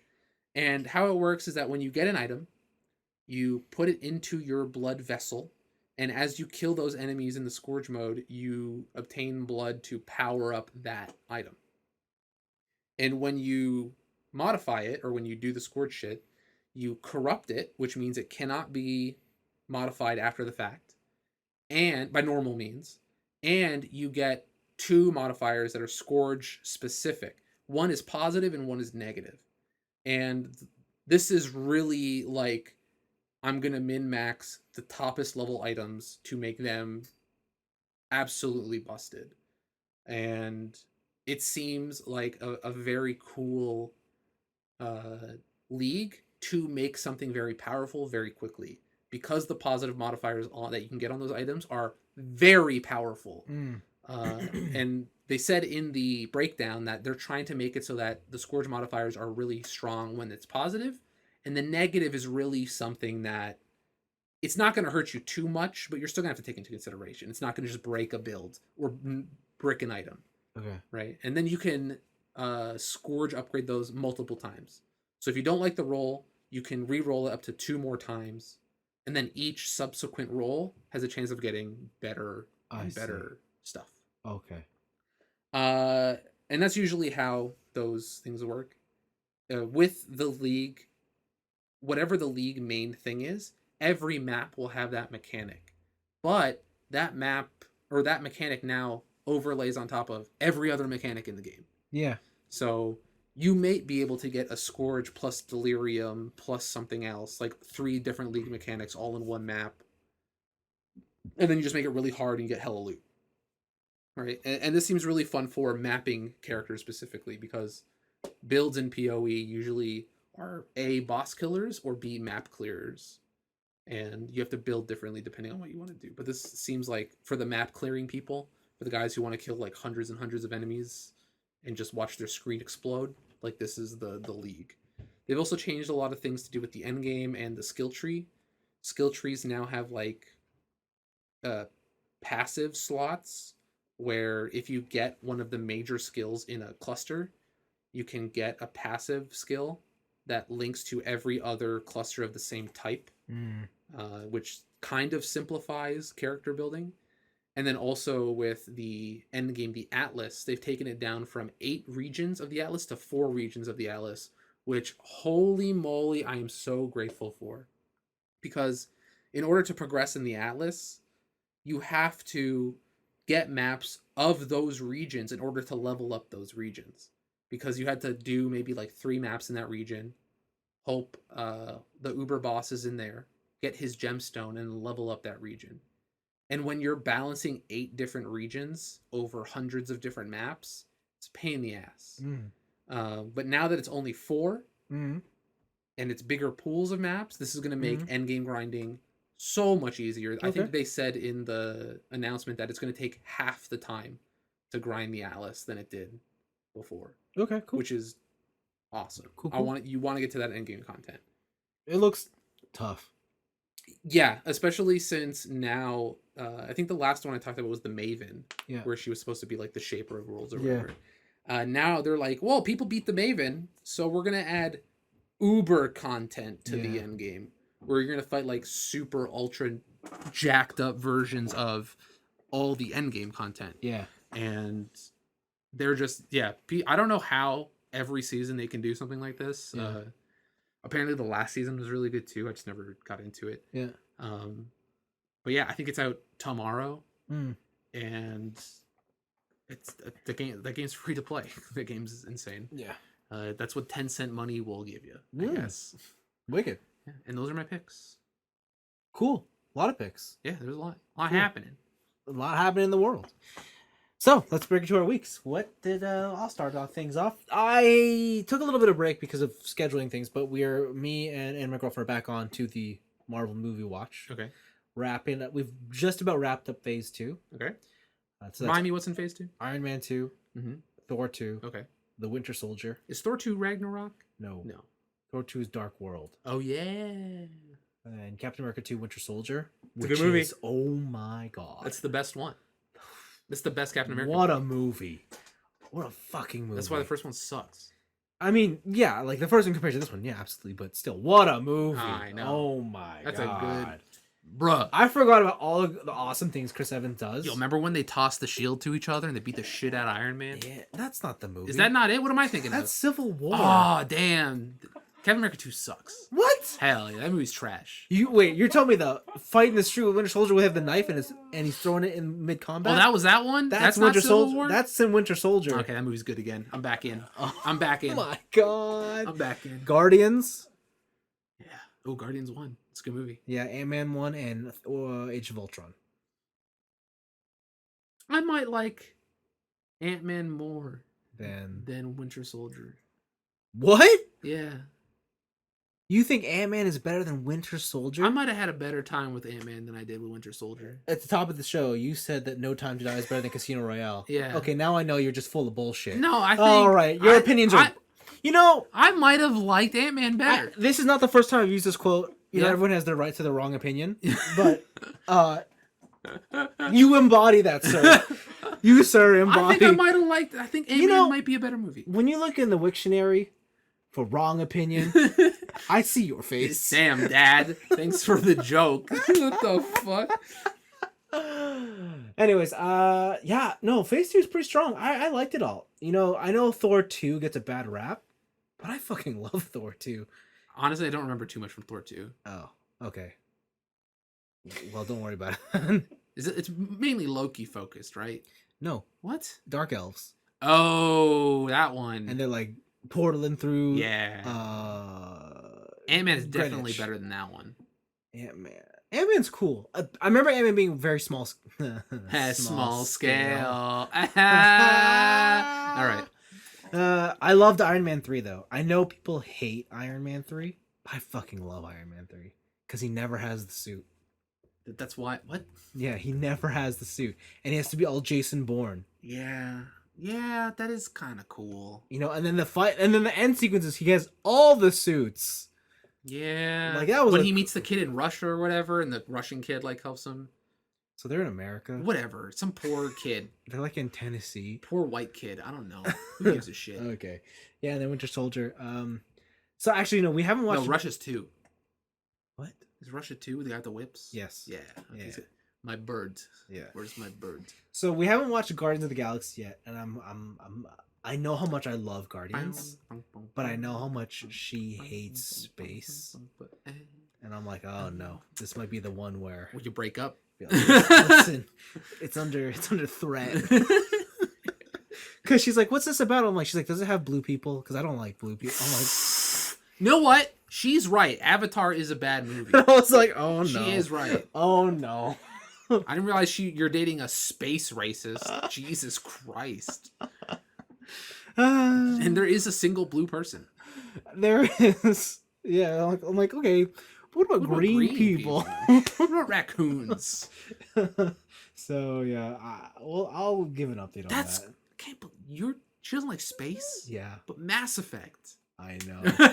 I know. But Star Trek. I know. But Star Wars. Well, Star Wars is know. bad. I could forgive that. know. I haven't told her about Firefly. Oh, you haven't told her about Firefly yet? Well, she knows about it, but You haven't gifted her a Blu-ray copy of Firefly yet? You've done that to everybody you know. I ran out of copies. Just get more copies. They're not on sale yet. You know, I got those for like $5 each. Yeah, I know you did. Anyways, yeah, that's what I did. So otherwise, I've been playing some games. Bro, it's $30. Just get it. $30 on Amazon. Just get it. Dude, Black Friday. Or you can apply for the Amazon gift card and you can instantly get $25 off of your purchase. Dude. Black Friday's coming up. I know they'll be available for like $7. So we're all getting her a copy. I will restock. All right. And I'll just have a whole box. 15th anniversary Blu-rays collector set. Anyways, I've been playing some games. I played a new game this week. Played an indie game this week.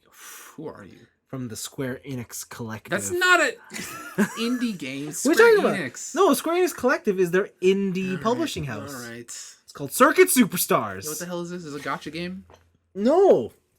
It's a top-down arcade racer. Who are you? Oh, that actually sounds cool. So, as a kid, there's two games I loved on the NES. I always rented them. Yep. It was RC Pro-Am. It's a good game. And the other one was Super Off-Road. Also a good game. And I don't know why, I just didn't buy them. Our mall had a arcade version of Super Off-Road, and that game was sick as fuck. If you want to know what Super Off-Road looks like, it was the arcade machine with 3 steering wheels. Yeah. And everyone was always like, whoa. And then it had like the Excite Bike style, like when you went off the jump, it's like it came up at the screen. You're like, oh shit. Yeah, so that's what Circuit Superstars is in the vein of that.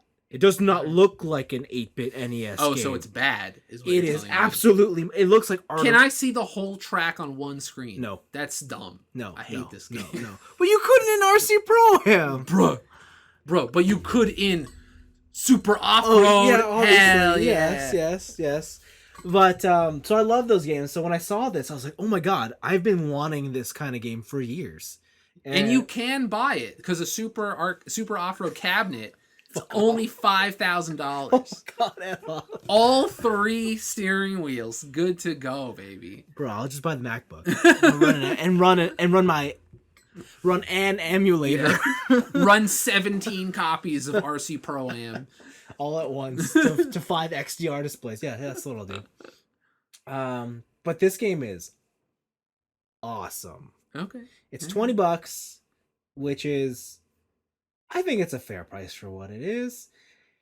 The fun thing is that it's basically a love letter to just motorsport in general. So instead of just having one kind of car category, they have multiple. So you start out in effectively Mini Coopers. Okay. You can race trucks. You can race 50s open wheelers. You can race 80s F1, current F1, Le Mans. You can race rally truck. You can race rally truck. The big 18-wheeler truck. Man, what is it, man? Who are you? This game is so cool. And even though it presents itself as an arcade racer, which it is, yeah, it does have some basis in more sim-like stuff. So you can't just hold the accelerator and drift around corners. You do have to brake, all right, stick to proper lines. Okay. And while there is not a driving line, after a few laps, all the tire marks start to show on the track. And it effectively becomes the driving line, like the ideal line. It's pretty cool. Surface changes are a thing. There's jumps in the rallies. This game has damage. This game has pit stops. It has tire wear. It has fuel consumption. Weird. It's a lot of fun. You paid full price for this game? I paid full price. Damn. This game has 32:9 support, so you could run it on my super ultra wide. You run it in your chair? Exactly. All right. In front of my steering wheel, but I don't use the steering wheel. Why not? Because that's the only thing it doesn't support. Oh my god. You got to play with a controller, but I feel like you'd be just as competitive on a keyboard because the inputs are very simple. It's very much like Micro Machines if you've ever played Micro Machines. Okay. But I love it. They have a weekly online events, and they also like live multiplayer. Or is it like a leaderboard? You can play live multiplayer. You can play remote play with your friends. You can play couch co-op with your friends. and they have the Top Gear test track, and they have a leaderboard for it. And that has been absolutely all you've been doing. All I've been trying to do. Nice. The guy at the top is Lando Norris, aka McLaren Star F1 driver. Wait, it's like the actual race car driver? It's the real Lando Norris. He is at the top. What an asshole. They showed the video of him doing it. Why is he like, smurfing? And he's like, I can do this. Why is he smurfing? The guy in second place, I think, is Jimmy Broadbent. Who that? He's the biggest sim racing streamer. The guy in the shed. Oh my god. And it's just a whole bunch of real people that I know from the sim racing world and real motorsport. I'm like, I'm never going to beat these guys. Okay. Let me tell you about a little concept. It was invented during the WoW days. It's called poop socking. No. You pay 13 hours a day. No. You pee in a bottle. No.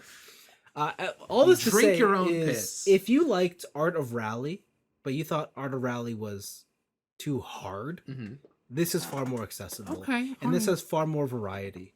And I went back to play Art of Rally, and something I forgot why I find that game really hard is it's the camera. Because it's isometric? No, it's because the camera's so attached to the vehicle, but the vehicle carries so much weight. I just don't like how it feels when you move. It's one of these nuanced mechanics, whereas Circuit Superstars is just top down, way easier to understand where your car is at all times. And they have all these cool like livery editors that basically you can create looks of iconic cars from years gone by. So, they have the Stig. You could just make your avatar the Stig, like all white suit. It's literally called the Stig.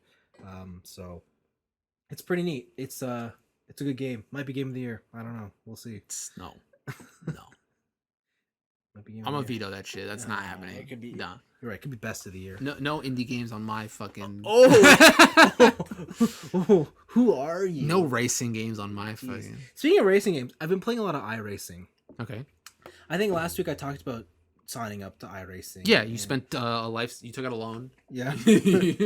Yeah. You bought a lifetime subscription. But I also said how I'm in the rookie class because you only have your rookie license and you have to get out of it. You're driving like Mazda 3s and shit. Mazda Miatas. Oh yeah, sorry, I forgot you were homosexual. My bad. You're homosexual. Yes. So shortly after we recorded, the next day I went and raced. I did some practice on there and I thought, okay, I'm confident. Let's go racing. So I went racing. I won 3 races.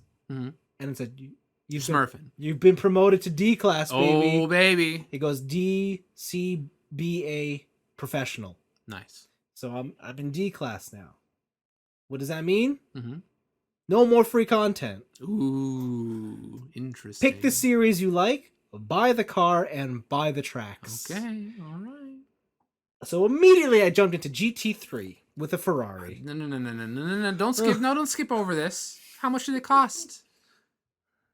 Everything. No.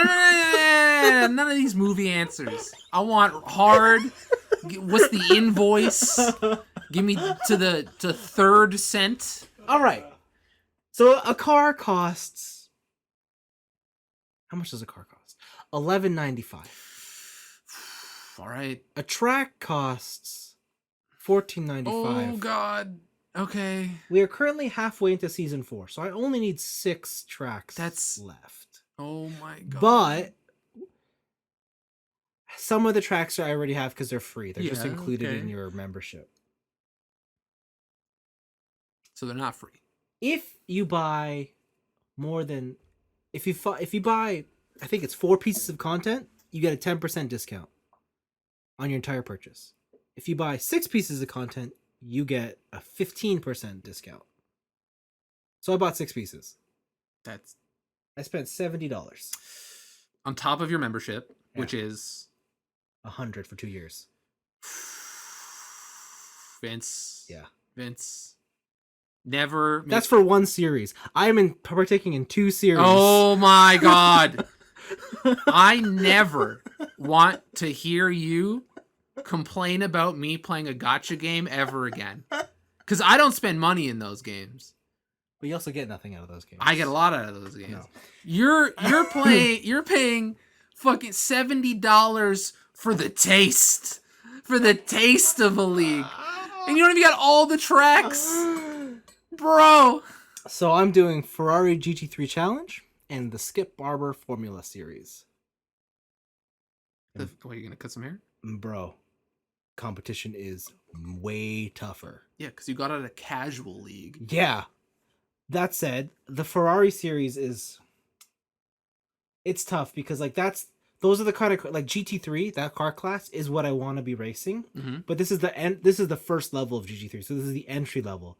And so there's just a lot of just dumb shit that happens. Half the time you qualify, turn 1, you just get rammed. Oh, you're playing Destruction Derby. And it's just why? Why? Just how could this happen to me? Right? And it's just if you quit, you lose your rating. But the guy just rammed you and ruined the whole race. Yeah, so what are your options? You go to the pit and then you have to pit for a minute in a 15-minute race. So what are you going to like what you can't do anything. Just dirtle. Or you just race with the damage and see what happens. Sometimes it's okay. It's kind of cool because I have a wheel. Mm-hmm. The wheel's just cocked sideways. Nice. So when you're racing it's always sideways and it's kind of cool. Okay. But that one I can deal with, like an off steering bracket, but the one I can't is when someone rear ends me, and because I drive a Ferrari, the engine's in the back, engine gets damaged. So I know I'm faster in the corners because I could see myself visibly catch people. You get to a straight, and I'm in their slipstream, and they're still taking off. And it is very, very infuriating to know that I just can't do anything.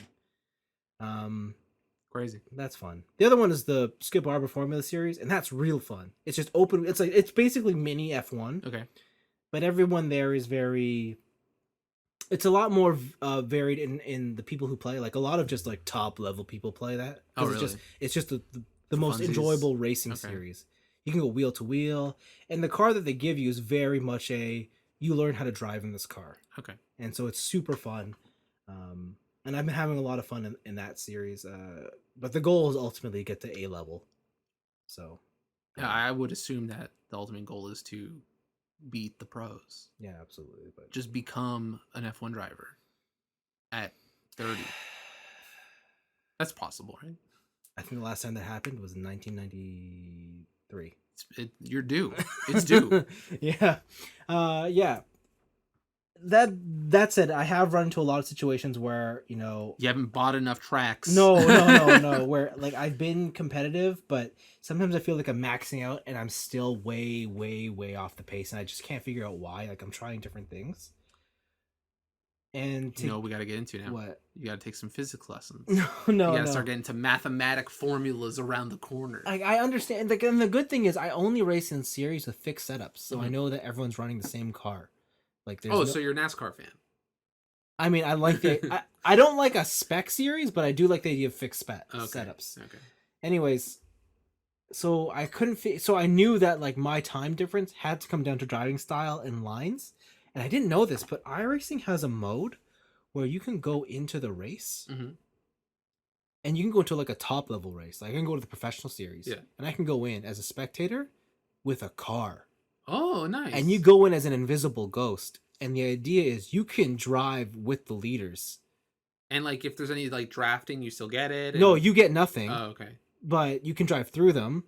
But the idea is you can follow them and you can see where they're doing and like how they're taking turns. Yeah. I don't know if you have access to their telemetry, but you can at least see what they're doing and understand. And it was just like, that is such a cool learning tool. Yeah. I don't think anybody does that often though, because from what I've seen, like no one's doing it. If you're good, you're good, I guess. Yeah, like, but who cares? Because I think as a learn, like you don't get anything for doing it, right? Like it's literally just a learning tool, and I think because there's another mode that's just called time trial, and if you just go around in circles doing hot laps, it ups your rating. So most people do that instead of practice anyway. That's like the weird thing about so like in fighting games, going into training mode Yeah. in fighting games gets you nothing. Yeah. You're just supposed to learn. But that's where you're supposed to learn. But it's really interesting to see the same patterns of casual fighting game players to your lower rank racing drivers. Because what I've done in the past and what other people still do is that in low rank fighting games, like when you train in ranked, Yeah. That's where you because you get points either way. Yeah. Right. But really, what you should be doing is you should be training where you don't get any rewards because you're focusing on learning. Yeah, right? like it's and not then this about, is happen. Sounds like it's happening here too. Like Yeah. it's a human nature type of thing. Yeah, because it's like, well, if I don't get any benefit out of this, why am I doing it? Yeah. But the benefit is that you get better, but you have to like internally realize that rather than seeing your number go up. But it's so cool, like just going into and knowing that these people are significantly faster than me. The challenge is that because you have to drive the car as a spectator, you have to keep up with them if you want to learn. Okay. So sometimes I just tend to wait at certain corner complexes and just look. It'd be interesting to be like to get into this grid, follow them around the first corner, and if you didn't catch up, reset and then try something new, and then it's like, okay, I'm keeping up with them in the first corner, and then second corner, and so on and so forth. Keep repeating and stuff. Yeah. So I know, like in other racing games, what you could do is you could download Ghosts. Yeah. And then you could try it that way. But it's just fun to watch it live as it happens, because this is not a. The problem with Ghosts is that it's a perfected thing, right? Yeah. It's not what you'd actually see someone do in the race consistently. Yeah. Right. So I think that's why this is far more valuable, especially when they have to race other people, because then you get to see how they apply their technique while constantly under pressure. And I think that's really valuable. Yeah. You said you don't get it, but it sounds like having telemetry would be such a bonus. Just to see like what they're taking turns at, what the packs are splitting at certain moments and stuff like that. Yeah. Maybe there's like a mod to get like a telemetry pack or something. I'm sure there is. But I just don't know how you would get it from another car. I'm sure it's available. Yeah, because I'd imagine that when you download the replay, all of the data's in there. Yeah, like, it must be. It has to be. So, but no, iRacing is so cool. It's I can't believe I've not played it before this. Okay. I understand why it's very expensive though. Like, and again, I would never recommend it to someone who's just like, "Ooh, I want to casually dabble." Yeah, I love Hot Wheels. Yeah, I would never. My favorite racing game is Burnout. Yeah. I think with iRacing, it's not something you're looking for someone to recommend it to. It's you've done the research and you know what you're in for. Mm-hmm. That's my stance. All right. I would never tell anybody go to iRacing. Start at iRacing. Yeah, no, never. But that was my week. Nice. I played a lot of games. I know you did. And I watched a lot of stuff. Oh. But I'll start with the games. Okay. So Kingdom Hearts 3 update. You beat the DLC. I beat the game and I beat the DLC. Wow. Well, not all of the DLC. Okay. But I beat the story portion of the DLC. Is it worth it? You know where I said that the front 90% of Kingdom Hearts 3 is all the Disney shit I don't care about? Yeah.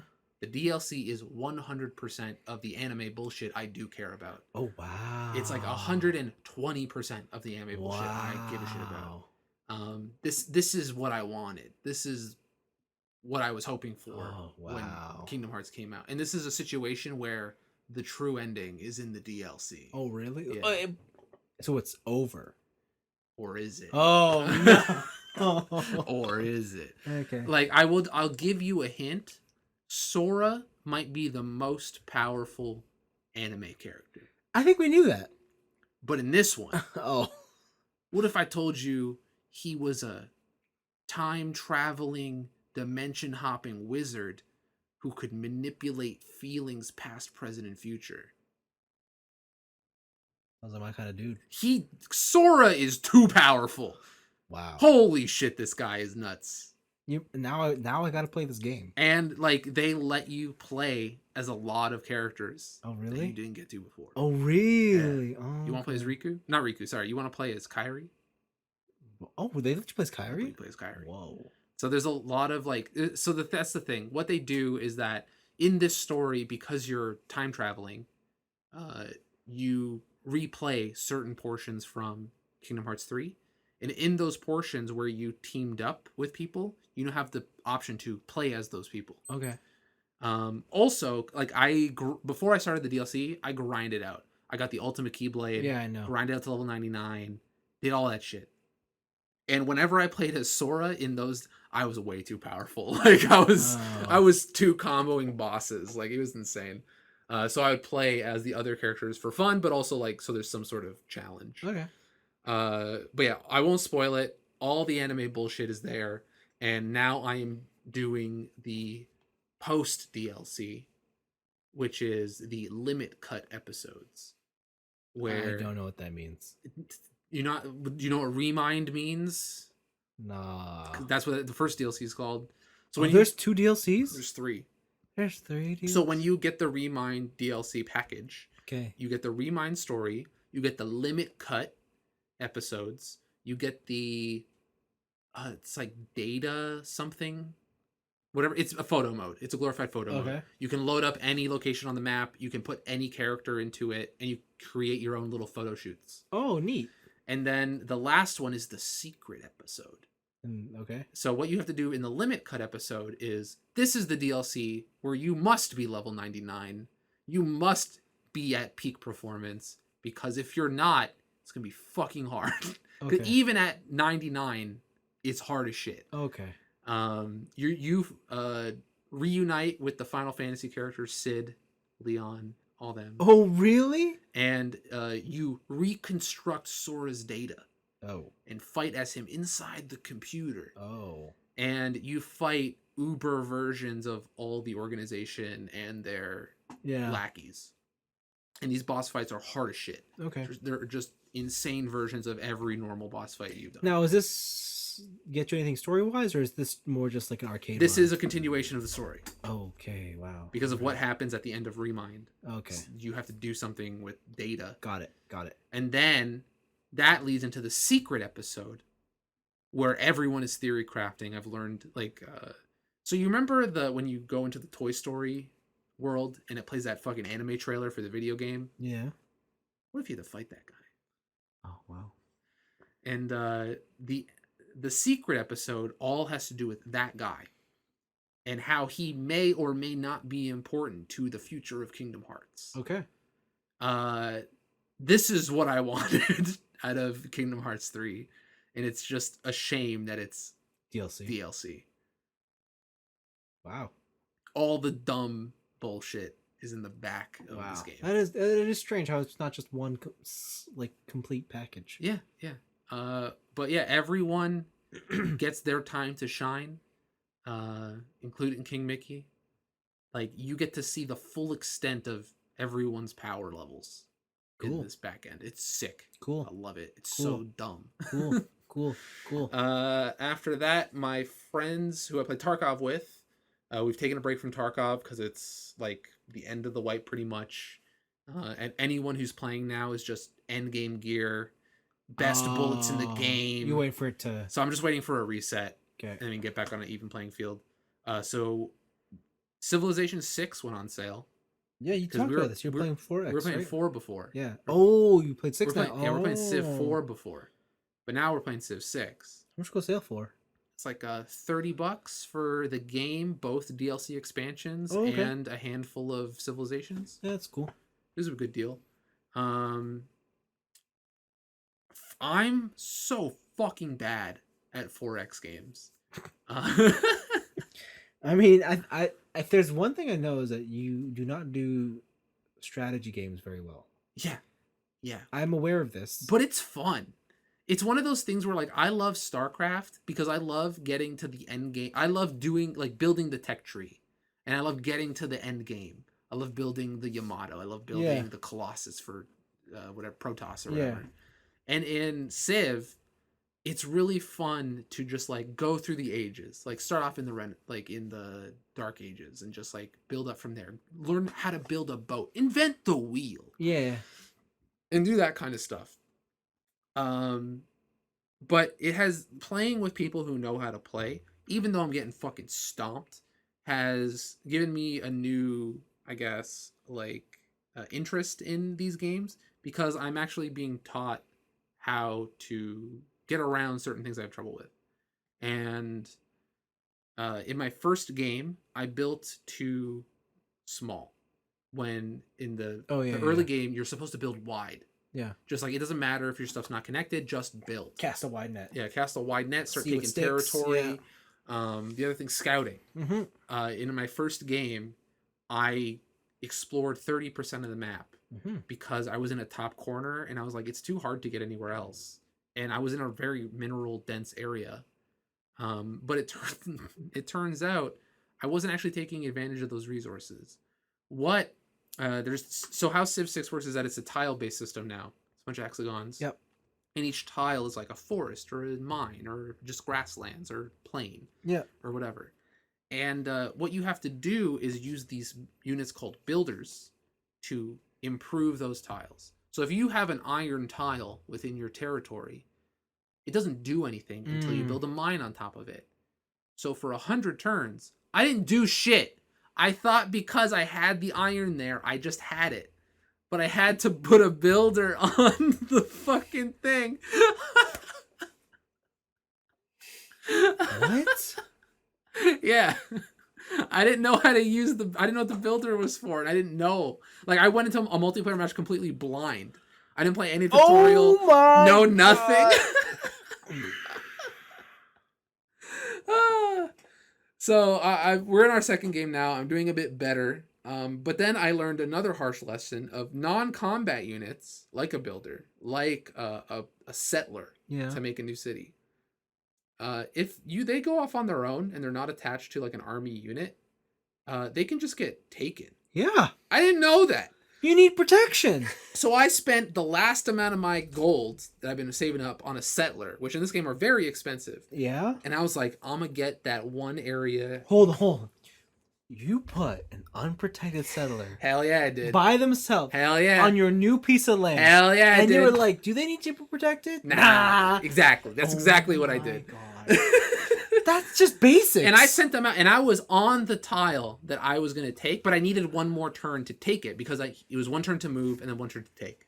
So I put it there, and my friend's like, what are you doing? I'm like, what are you talking about? He's like, not on my watch, buddy. And he just moves an army unit on top of my settler. Yeah, goodbye. And steals it. Yeah. And then puts it down exactly where he was. And I'm like, you fucking bitch. So I didn't know that was a thing until right then.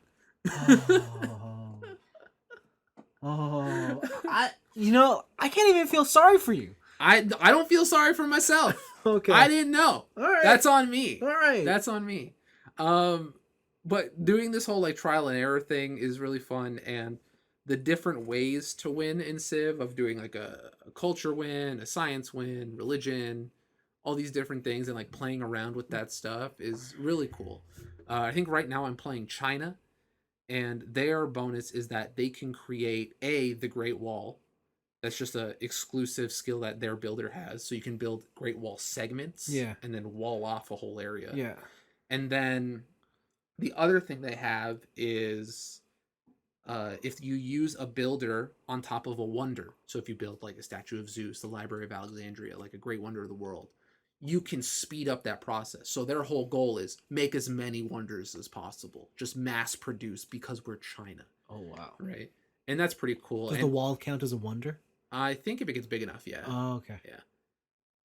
It also adds like in the early game, it adds a lot of defensive options because like I bet it's a fucking wall. It's a fucking giant wall. Yeah. Hell yeah.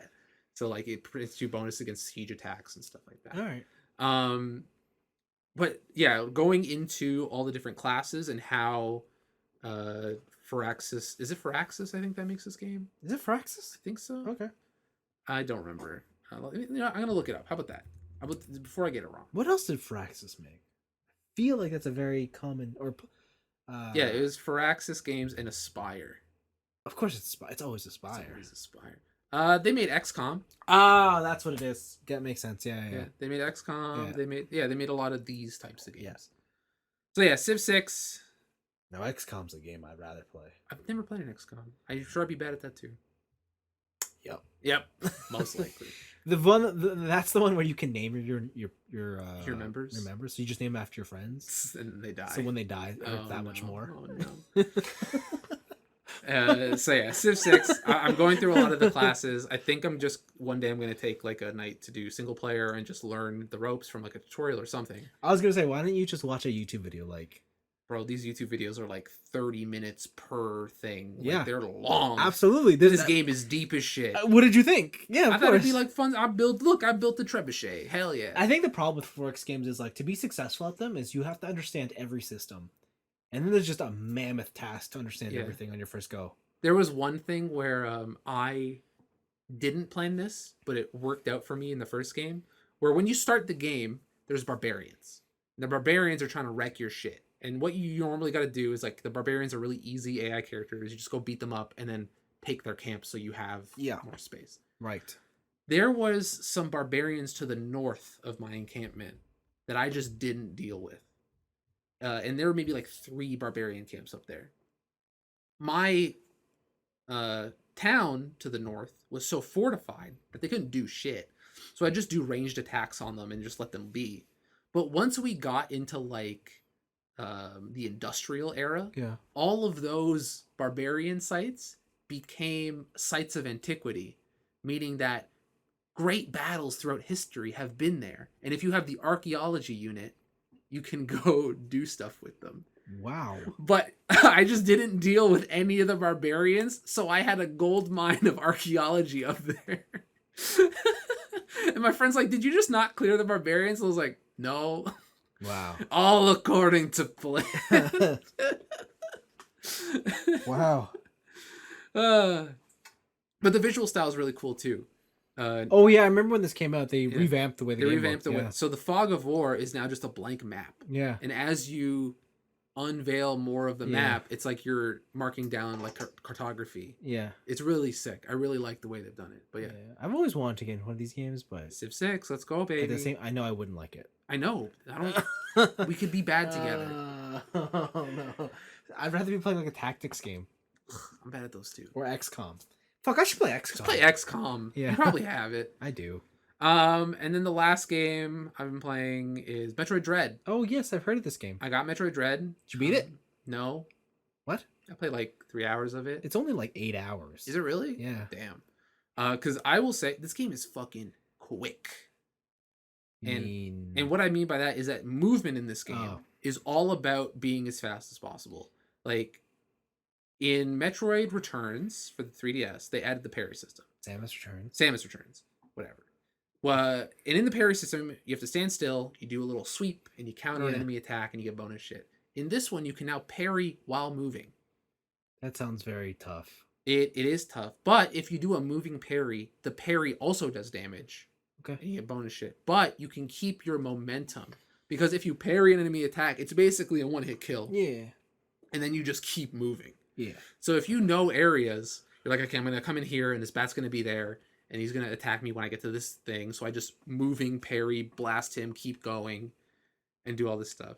So the story of Metroid Dread is that it's taken place after Fusion, and you are now part X whatever and part Metroid because it's binded with your DNA or whatever, and you have come across the planet of the Chozo. They're like weird bird armor people, and it's hinting at the fact that the real enemy were the X microbes or whatever that thing was that's attached to you. Those are the real threat of the universe. Yeah. And the Chozo bioengineered the Metroid to feed on those things. They're like the creators of the Metroid. Yeah. And you walk into this planet, you start blasting this one dude, and this guy's like, your blaster's dog shit, even at full power up. My blaster's sick as fuck. Check it out. And he holds you by the neck. Yeah. Samus's eyes go white and something happens. You wake up at the bottom of this cavern, and the goal is to make your way back up to your ship. And while you're going up, obviously you lost all your powers. Obviously. So you got to go back up there. There's a computer AI that's telling you like you lost all your powers, but whatever that awakened inside you to free you from death, you need to figure out how to harness that, and then you can take on the Chozo. Yeah. And as you're going through this dungeon, you realize that the Chozo are very technologically advanced. They have these like watchdog sentry dogs that are coming after you, and it kind of reminds me of like Nemesis or Mr. X from Resident Evil, where there is an enemy that is undefeatable that is stalking you constantly and will one-hit kill you if you get caught. Cool. So they play up this like kind of more like horror aspect, which is why it's Dread. And already I'm getting power-ups like bam, bam, bam. Like I'm just going, I'm moving. How's the not necessarily the control, but the how do you find all the button inputs? Because I heard it gets pretty complex. At the beginning, it's a little complex. Like, he uses all the buttons. That's what I heard. Yeah. And Like, if you want to yeah. aim, Yeah. if you want to aim and you want to shoot a missile, Yeah. it's like, okay, I got to stop, I got to aim, I got to push that up, and then I got to hold the missile, and then I got to do this. So you're holding like at least 4, like you're using 4 fingers for that. Yeah. It's very like Metal Gear Solid Metal 4? Gear Solid 4 to like Yeah. Kojima level. Not that bad, but it's intuitive enough to where when you get used to it, you're never like fumbling. Okay. Right? Like eventually you're gonna be like, oh, the power slide is on this button. Okay, the lock Uh-huh. on is on this button. It's never so convoluted with combinations that you're gonna forget. I think it's a tough skill floor. Yeah. But so far the bosses have been pretty interesting. There's a lot of like actiony stuff that they took from Samus Returns, where if you parry bosses at certain points, it'll put you into a cutscene where you can shoot inside the cutscene to get free damage. Oh, cool. Right, so it rewards you for taking that risk and stuff like that. But so far it's good. It's a Metroid game.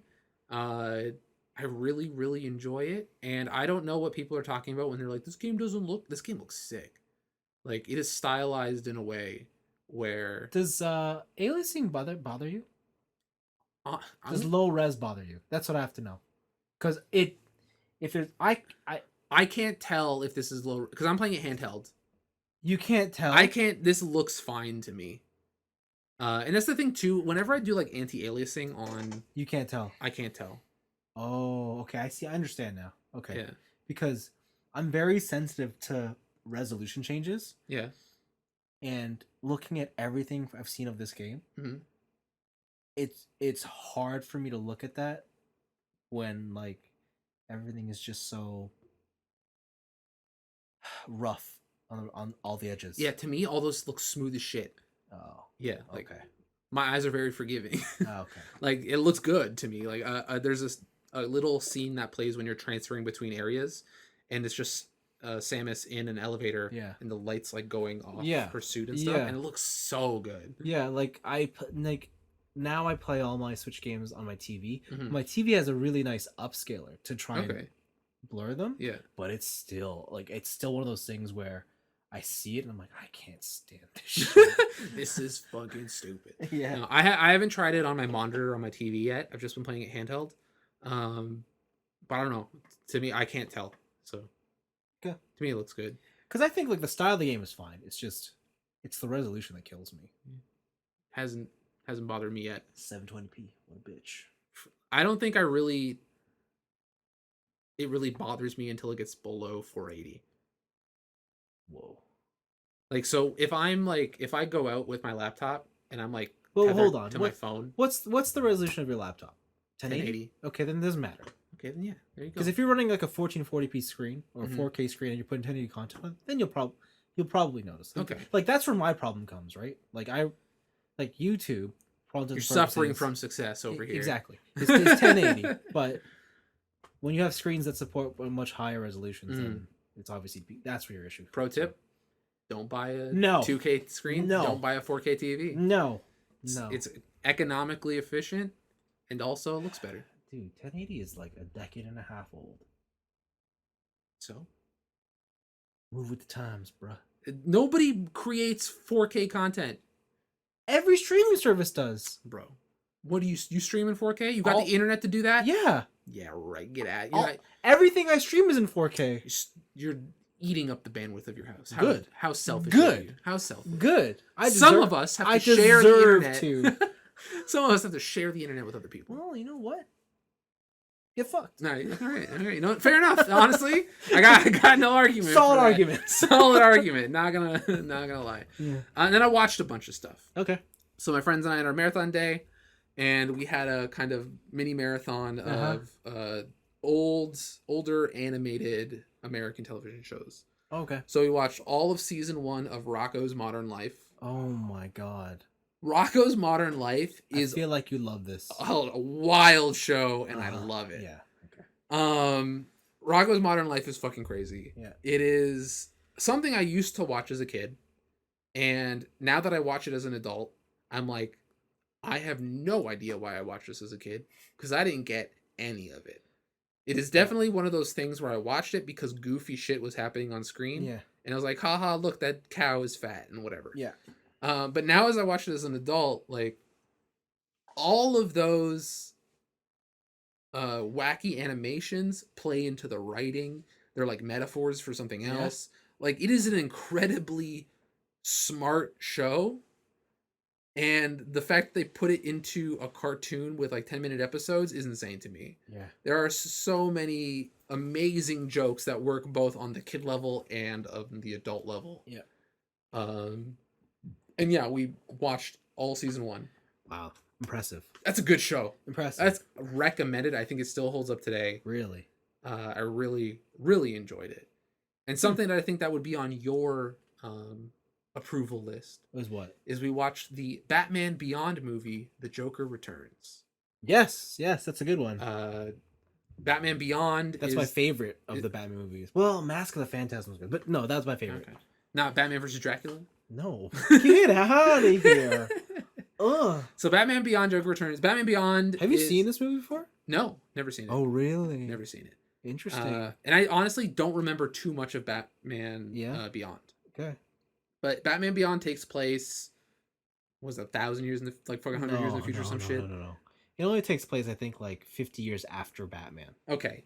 But for some reason, technology has advanced so exponentially. Oh, yes. This is the 90s. So we thought by like 2020, we'd be in flying cars and shit. Yeah, exactly. It's like the Jetsons. Yeah. And it's like future Batman. Yeah. And this one is as the subtitle tells you, is the return of the Joker. Yeah. Return is wild. Somehow the Joker has returned all these years later, but Batman is too old to do anything about it. Oh, yes. So he has to send who's the Beyond guy's name? Terry. He has to send Terry out to do his bidding. Yeah. But the Joker is too powerful. Terry, hang up the cape.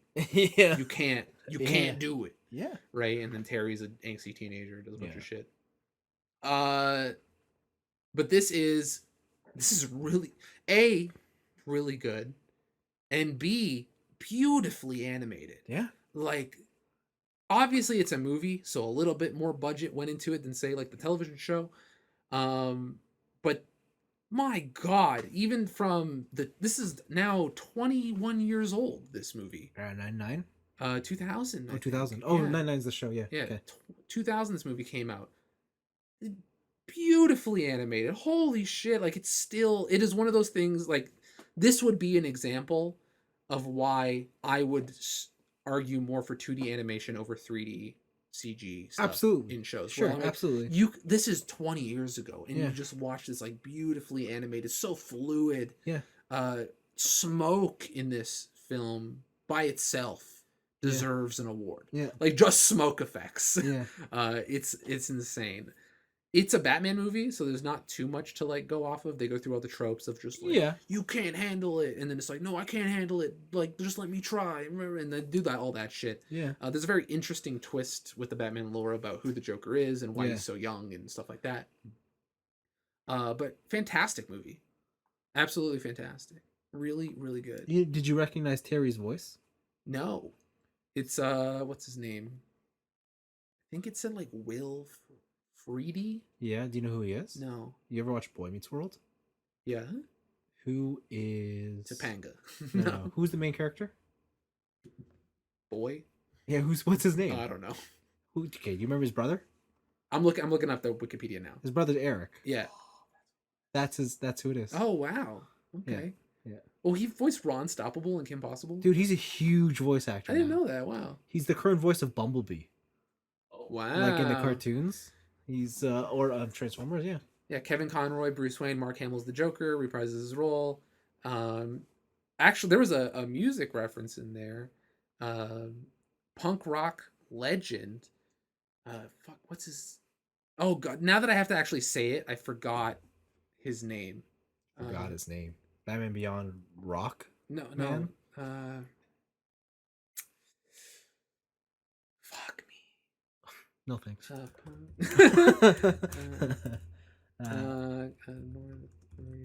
What's his name? I don't know. I can't help you. Oh my god, I'm losing my. I gotta remember this. Why? I can't even remember the band now. Why? Cause Why does it matter?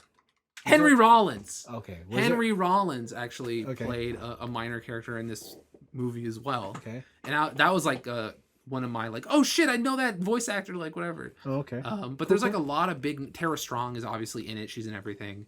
She's Harley. Yeah, she's in everything. Yeah. So yeah, it's great movie. Yeah. Fantastic. Cool. And I'll end it with something that I didn't really like. Okay. Which is I finished Squid Games. Okay. I don't get the hype Why? of this. This show is not bad, Okay. but it is passable. And where does this come from? This comes from the fact that all of this has been done. Oh my god, this Before. argument. Oh, I hate this argument. B, that's A. That's A. It's Okay. not very unique. And I Okay. know that can easily be taken over by like Asian media is not very popular in the West. God. Blah blah blah, all this my stuff. God. I Battle hate Royale. I hate that whatever. argument. I saw this in manga already. Like, fuck off. Fuck off. I saw someone say, "Oh, Madoka did this." I'm like, "Fuck off." That's Like, No. what? That's not an argument. Like, this does the trope well. yeah. But when people come out and they're like, "This is the second coming of Christ," like it's the most unique thing I've ever seen on TV. Okay, let's and I'm like- let's ignore that. Okay, right. Let's ignore like, the I can argument ignore of it. that. It's been done. That's for that audience. Okay. All right. The second is that the topics surrounding the show are more interesting to talk about than actually what happens in the show, mainly because the show does not take its own rules very seriously. What do you mean? The main crux of this game, of Yeah. the Squid Game, Yeah. is that everyone is going to have a fair chance at, even though this is a death murder game, Yeah. rules are the utmost important thing. Yeah. We will never break them. Yeah. And they break them all the time. Okay. There is the obvious, the major scene obviously is in the middle of the show when they shut off all the lights and then it just becomes a free for all. But that's one of the games.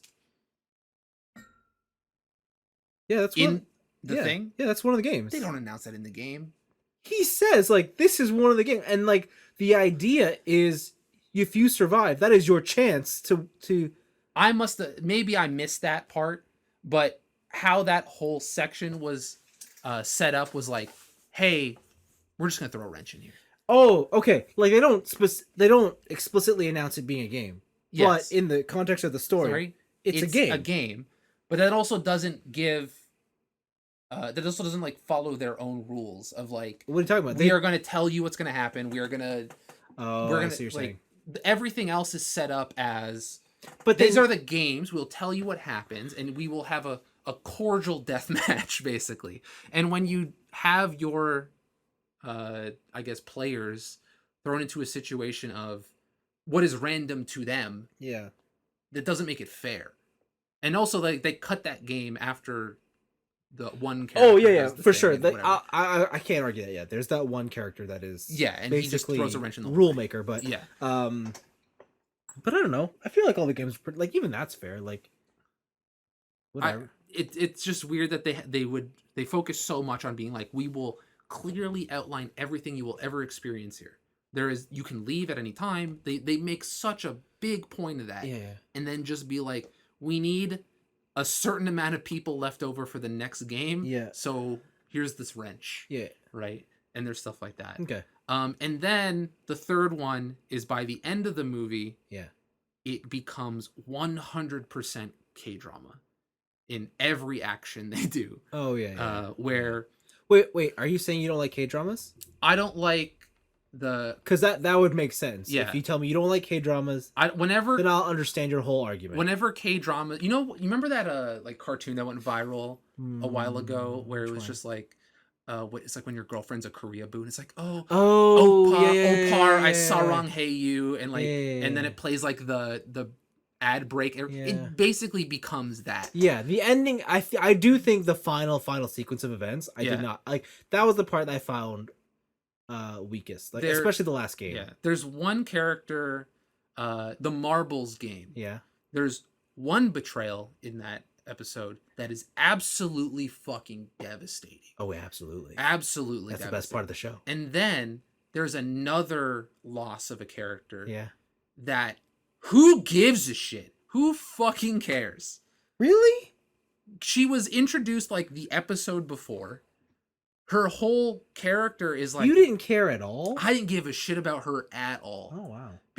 I just didn't get why. I guess even in comparison to... maybe it was bad because you had that one betrayal. Yeah. That you're like, you've seen this one character develop into a fucking monster over the whole course of the show. I think that's what makes the other one amazing, is that here's someone totally random who is just willing to give it up for you just because they know that, or just because they feel that you deserve it more than them. Like, and that's it. That's their whole line. Like, that is like who does that? Like, Shinji does that. And that's what I'm saying. We love Shinji. I hate Shinji. No, you don't hate Shinji by the end. Yeah, I don't hate Shinji by the end. Right? Like, that whole character is very, very cool.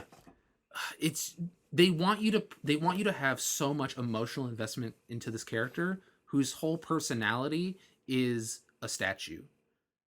She's just like, I don't care. And it's like, okay, well, if you're not invested in anybody or anything, then I don't really give a shit. Know, and then all your investment came from the 15 minutes that you're talking to this other person. But that's the whole point. Like, these are people from all walks of life. And this is like anything. Yeah. You don't know anyone's story ever. Yeah. Right? And this goes for like the person you work with, the person you go to school with. Like, you don't know their story until you talk to them.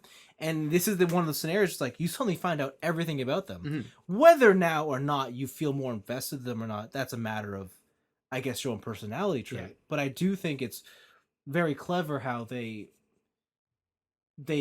pin that and juxtapose it against the character that you spent the whole series learning to love, or like just absolutely adoring. Mm-hmm. And then they put them side by side. I thought that was really cool. Maybe that says more about me as a person. Yeah. Because if someone was like, hey, I met you 30 minutes ago, here's my life story, I'm just be like, that's cool. I don't give a shit. I don't care.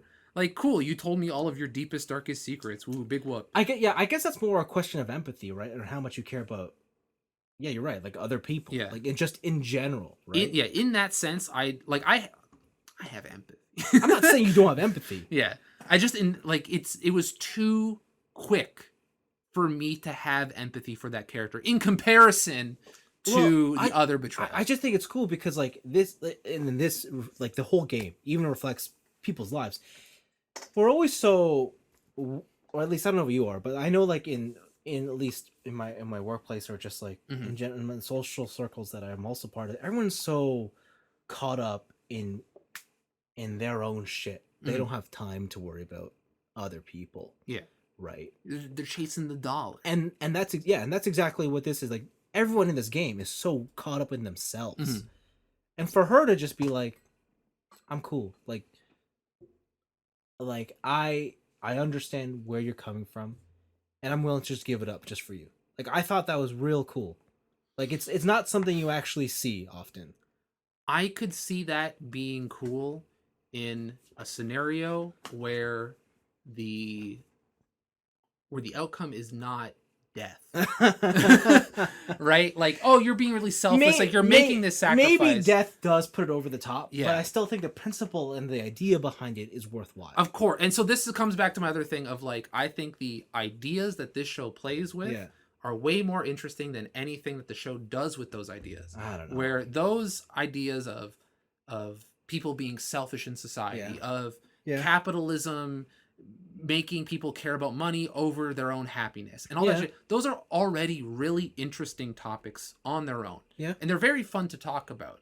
But I can see how those topics would be hard to bring up with people unless you have like a very deep connection with somebody.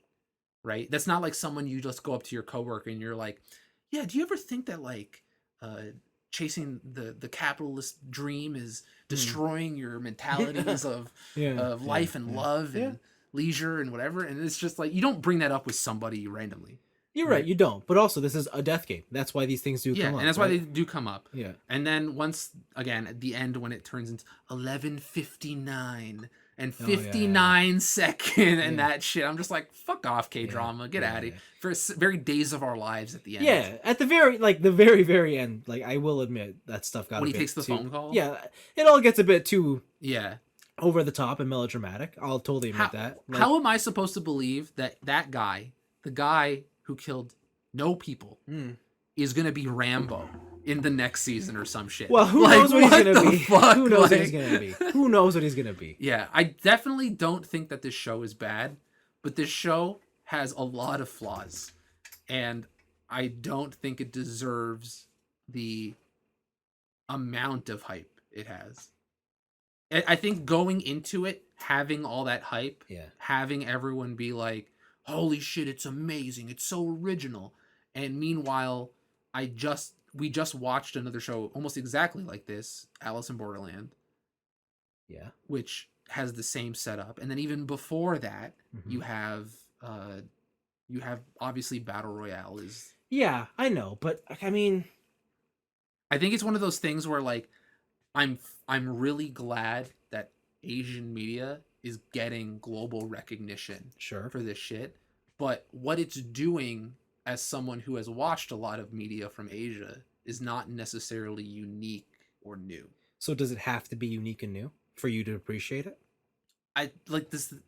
It doesn't, but also what it does with the trope is not interesting. Because I would say this is better than Battle Royale. You would say this is better than Battle Royale. Yeah. If you said it was better than Alice in Borderlands, It is better than Alice in Borderlands. Yeah. Yeah, it's not better than Battle Royale. Have you watched Battle Royale recently? I've watched it, but I definitely... Have you watched it recently? No, not recently. You might say Battle Royale is a bit more loony and a bit more over the top. This, and maybe this show's real fucking loony. Yeah, and maybe it's... No, but Battle Royale is real loony. Like, it's real, like... I don't know it's real ridiculous Battle Royale, right? And you could also say that, you know, the Hunger Games did it better, right? But I think the idea of that, because the idea is not new, I don't know. I try and avoid that argument. The idea doesn't have to be new for it to be good, but you have to do something interesting with the idea. And usually when you take a trope, you give it a little twist in some... That's why... what was that movie that came out? But this one did do it different. Like, it's not like the other ones. Sorry, hold on. Just let me finish my thing. What? Hunger Games. No, not Hunger Games. There was the movie's like a Clue movie. Everyone was in the house. It was Knives like Out. Who done it? Knives Out. That's why Knives Out. Like, you've done the classic. Who done it, and it plays in that trope. But that movie is so good because it takes that trope and it like plays with it in new and unique ways. Where I feel like Squid Game, at least to me, doesn't do anything particularly exciting or new. I don't know. I guess we've always had this argument though in the past though, where like you need a new idea, or I just need execution. Yeah. Right. Yeah.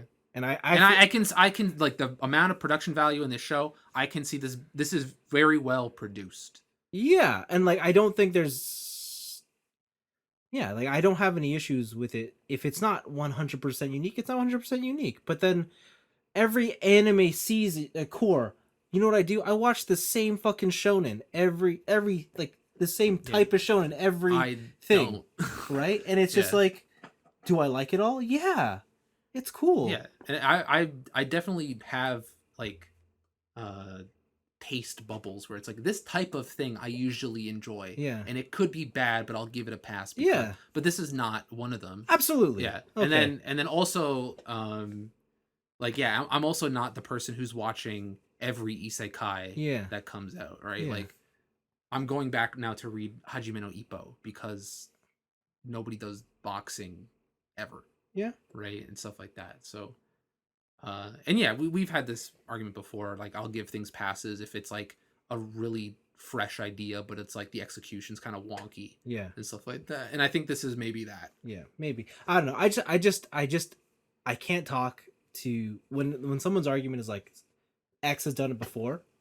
Oh, you can even drop that. Like you can drop that whole part of my criticism because that is like that specific gripe is strictly for the people who are like, no one's ever done this. This is brand new. Blah blah. Like you guys just don't. I don't get because the Hunger Games is the biggest fucking shit in the past couple of years. Of so course. yeah, but anyways, Squid Game. Yeah. All the kids on SATs on Facebook are just like, relax, guys, just chill, just chill. I know you're all gonna dress up as one of the characters for Halloween. Oh, for Halloween, yeah. Just relax. Why not? Okay, but the cop story was completely pointless, right? The cop story was, and like his luck level is through the roof. It was simultaneously the most interesting with the least consequential ending. Yeah. Where I was like, holy shit, the cop story was pulling me through. And then how it ended, it's just like it just ends. It just ends. And you're like, oh look, that was the most K-drama. Where the reveal happens and you're like, oh no. Yeah. Like, who gives a shit? Yeah. Who fucking cares? Yeah. That was the one that I called from the beginning. I was like, I know who this is. Yeah. Yeah. And I called the one character episode 1. Oh, okay. Yeah, and I think that also, I was like, this character's probably this. Yeah. And then we got to the second last episode and that character was that. Yeah. And I was like, fucking called it. Like, how'd you feel about his childhood friend? Childhood friend? The successful businessman. Oh, him? Yeah. Did you like him or not? He's the best character. He's a punk bitch. Oh, and also he receives the best line in that show. Yeah. When he says like, oh, I'm just an idiot. I'm just whatever. But you're here with me, Mr. Blah. And he just like flips it on him. I was like, you got fucking roasted. Holy shit. Like that was probably one of the sickest lines that I've seen in a show recently. Yeah. Like, this show has strong points. I'm not trying to shit on it. Yeah. Like, it definitely, I think is still a good show. Yeah. But it is, I don't think, at least from the general perception of it online, I do not think it is as good as everyone makes it out to be. Okay. So and that is the last new thing I did. I've been like I said, I've been catching up on Ippo. I'm on like chapter 1100 and something. Okay. Of like 1300 and something. Stop. So I'll get there eventually. Okay. And I'm keeping up with a bunch of stuff. Like still keeping up with Hunter's Guild. That's good. New chapter of Spy Family came out on the Viz Media app for only $2 a month. You can get unlimited access. Oh god. And just all the regular shenanigans. Cool. Wicked. Well, that's a show. We went on like as promised. I told you guys we had a lot to talk about this.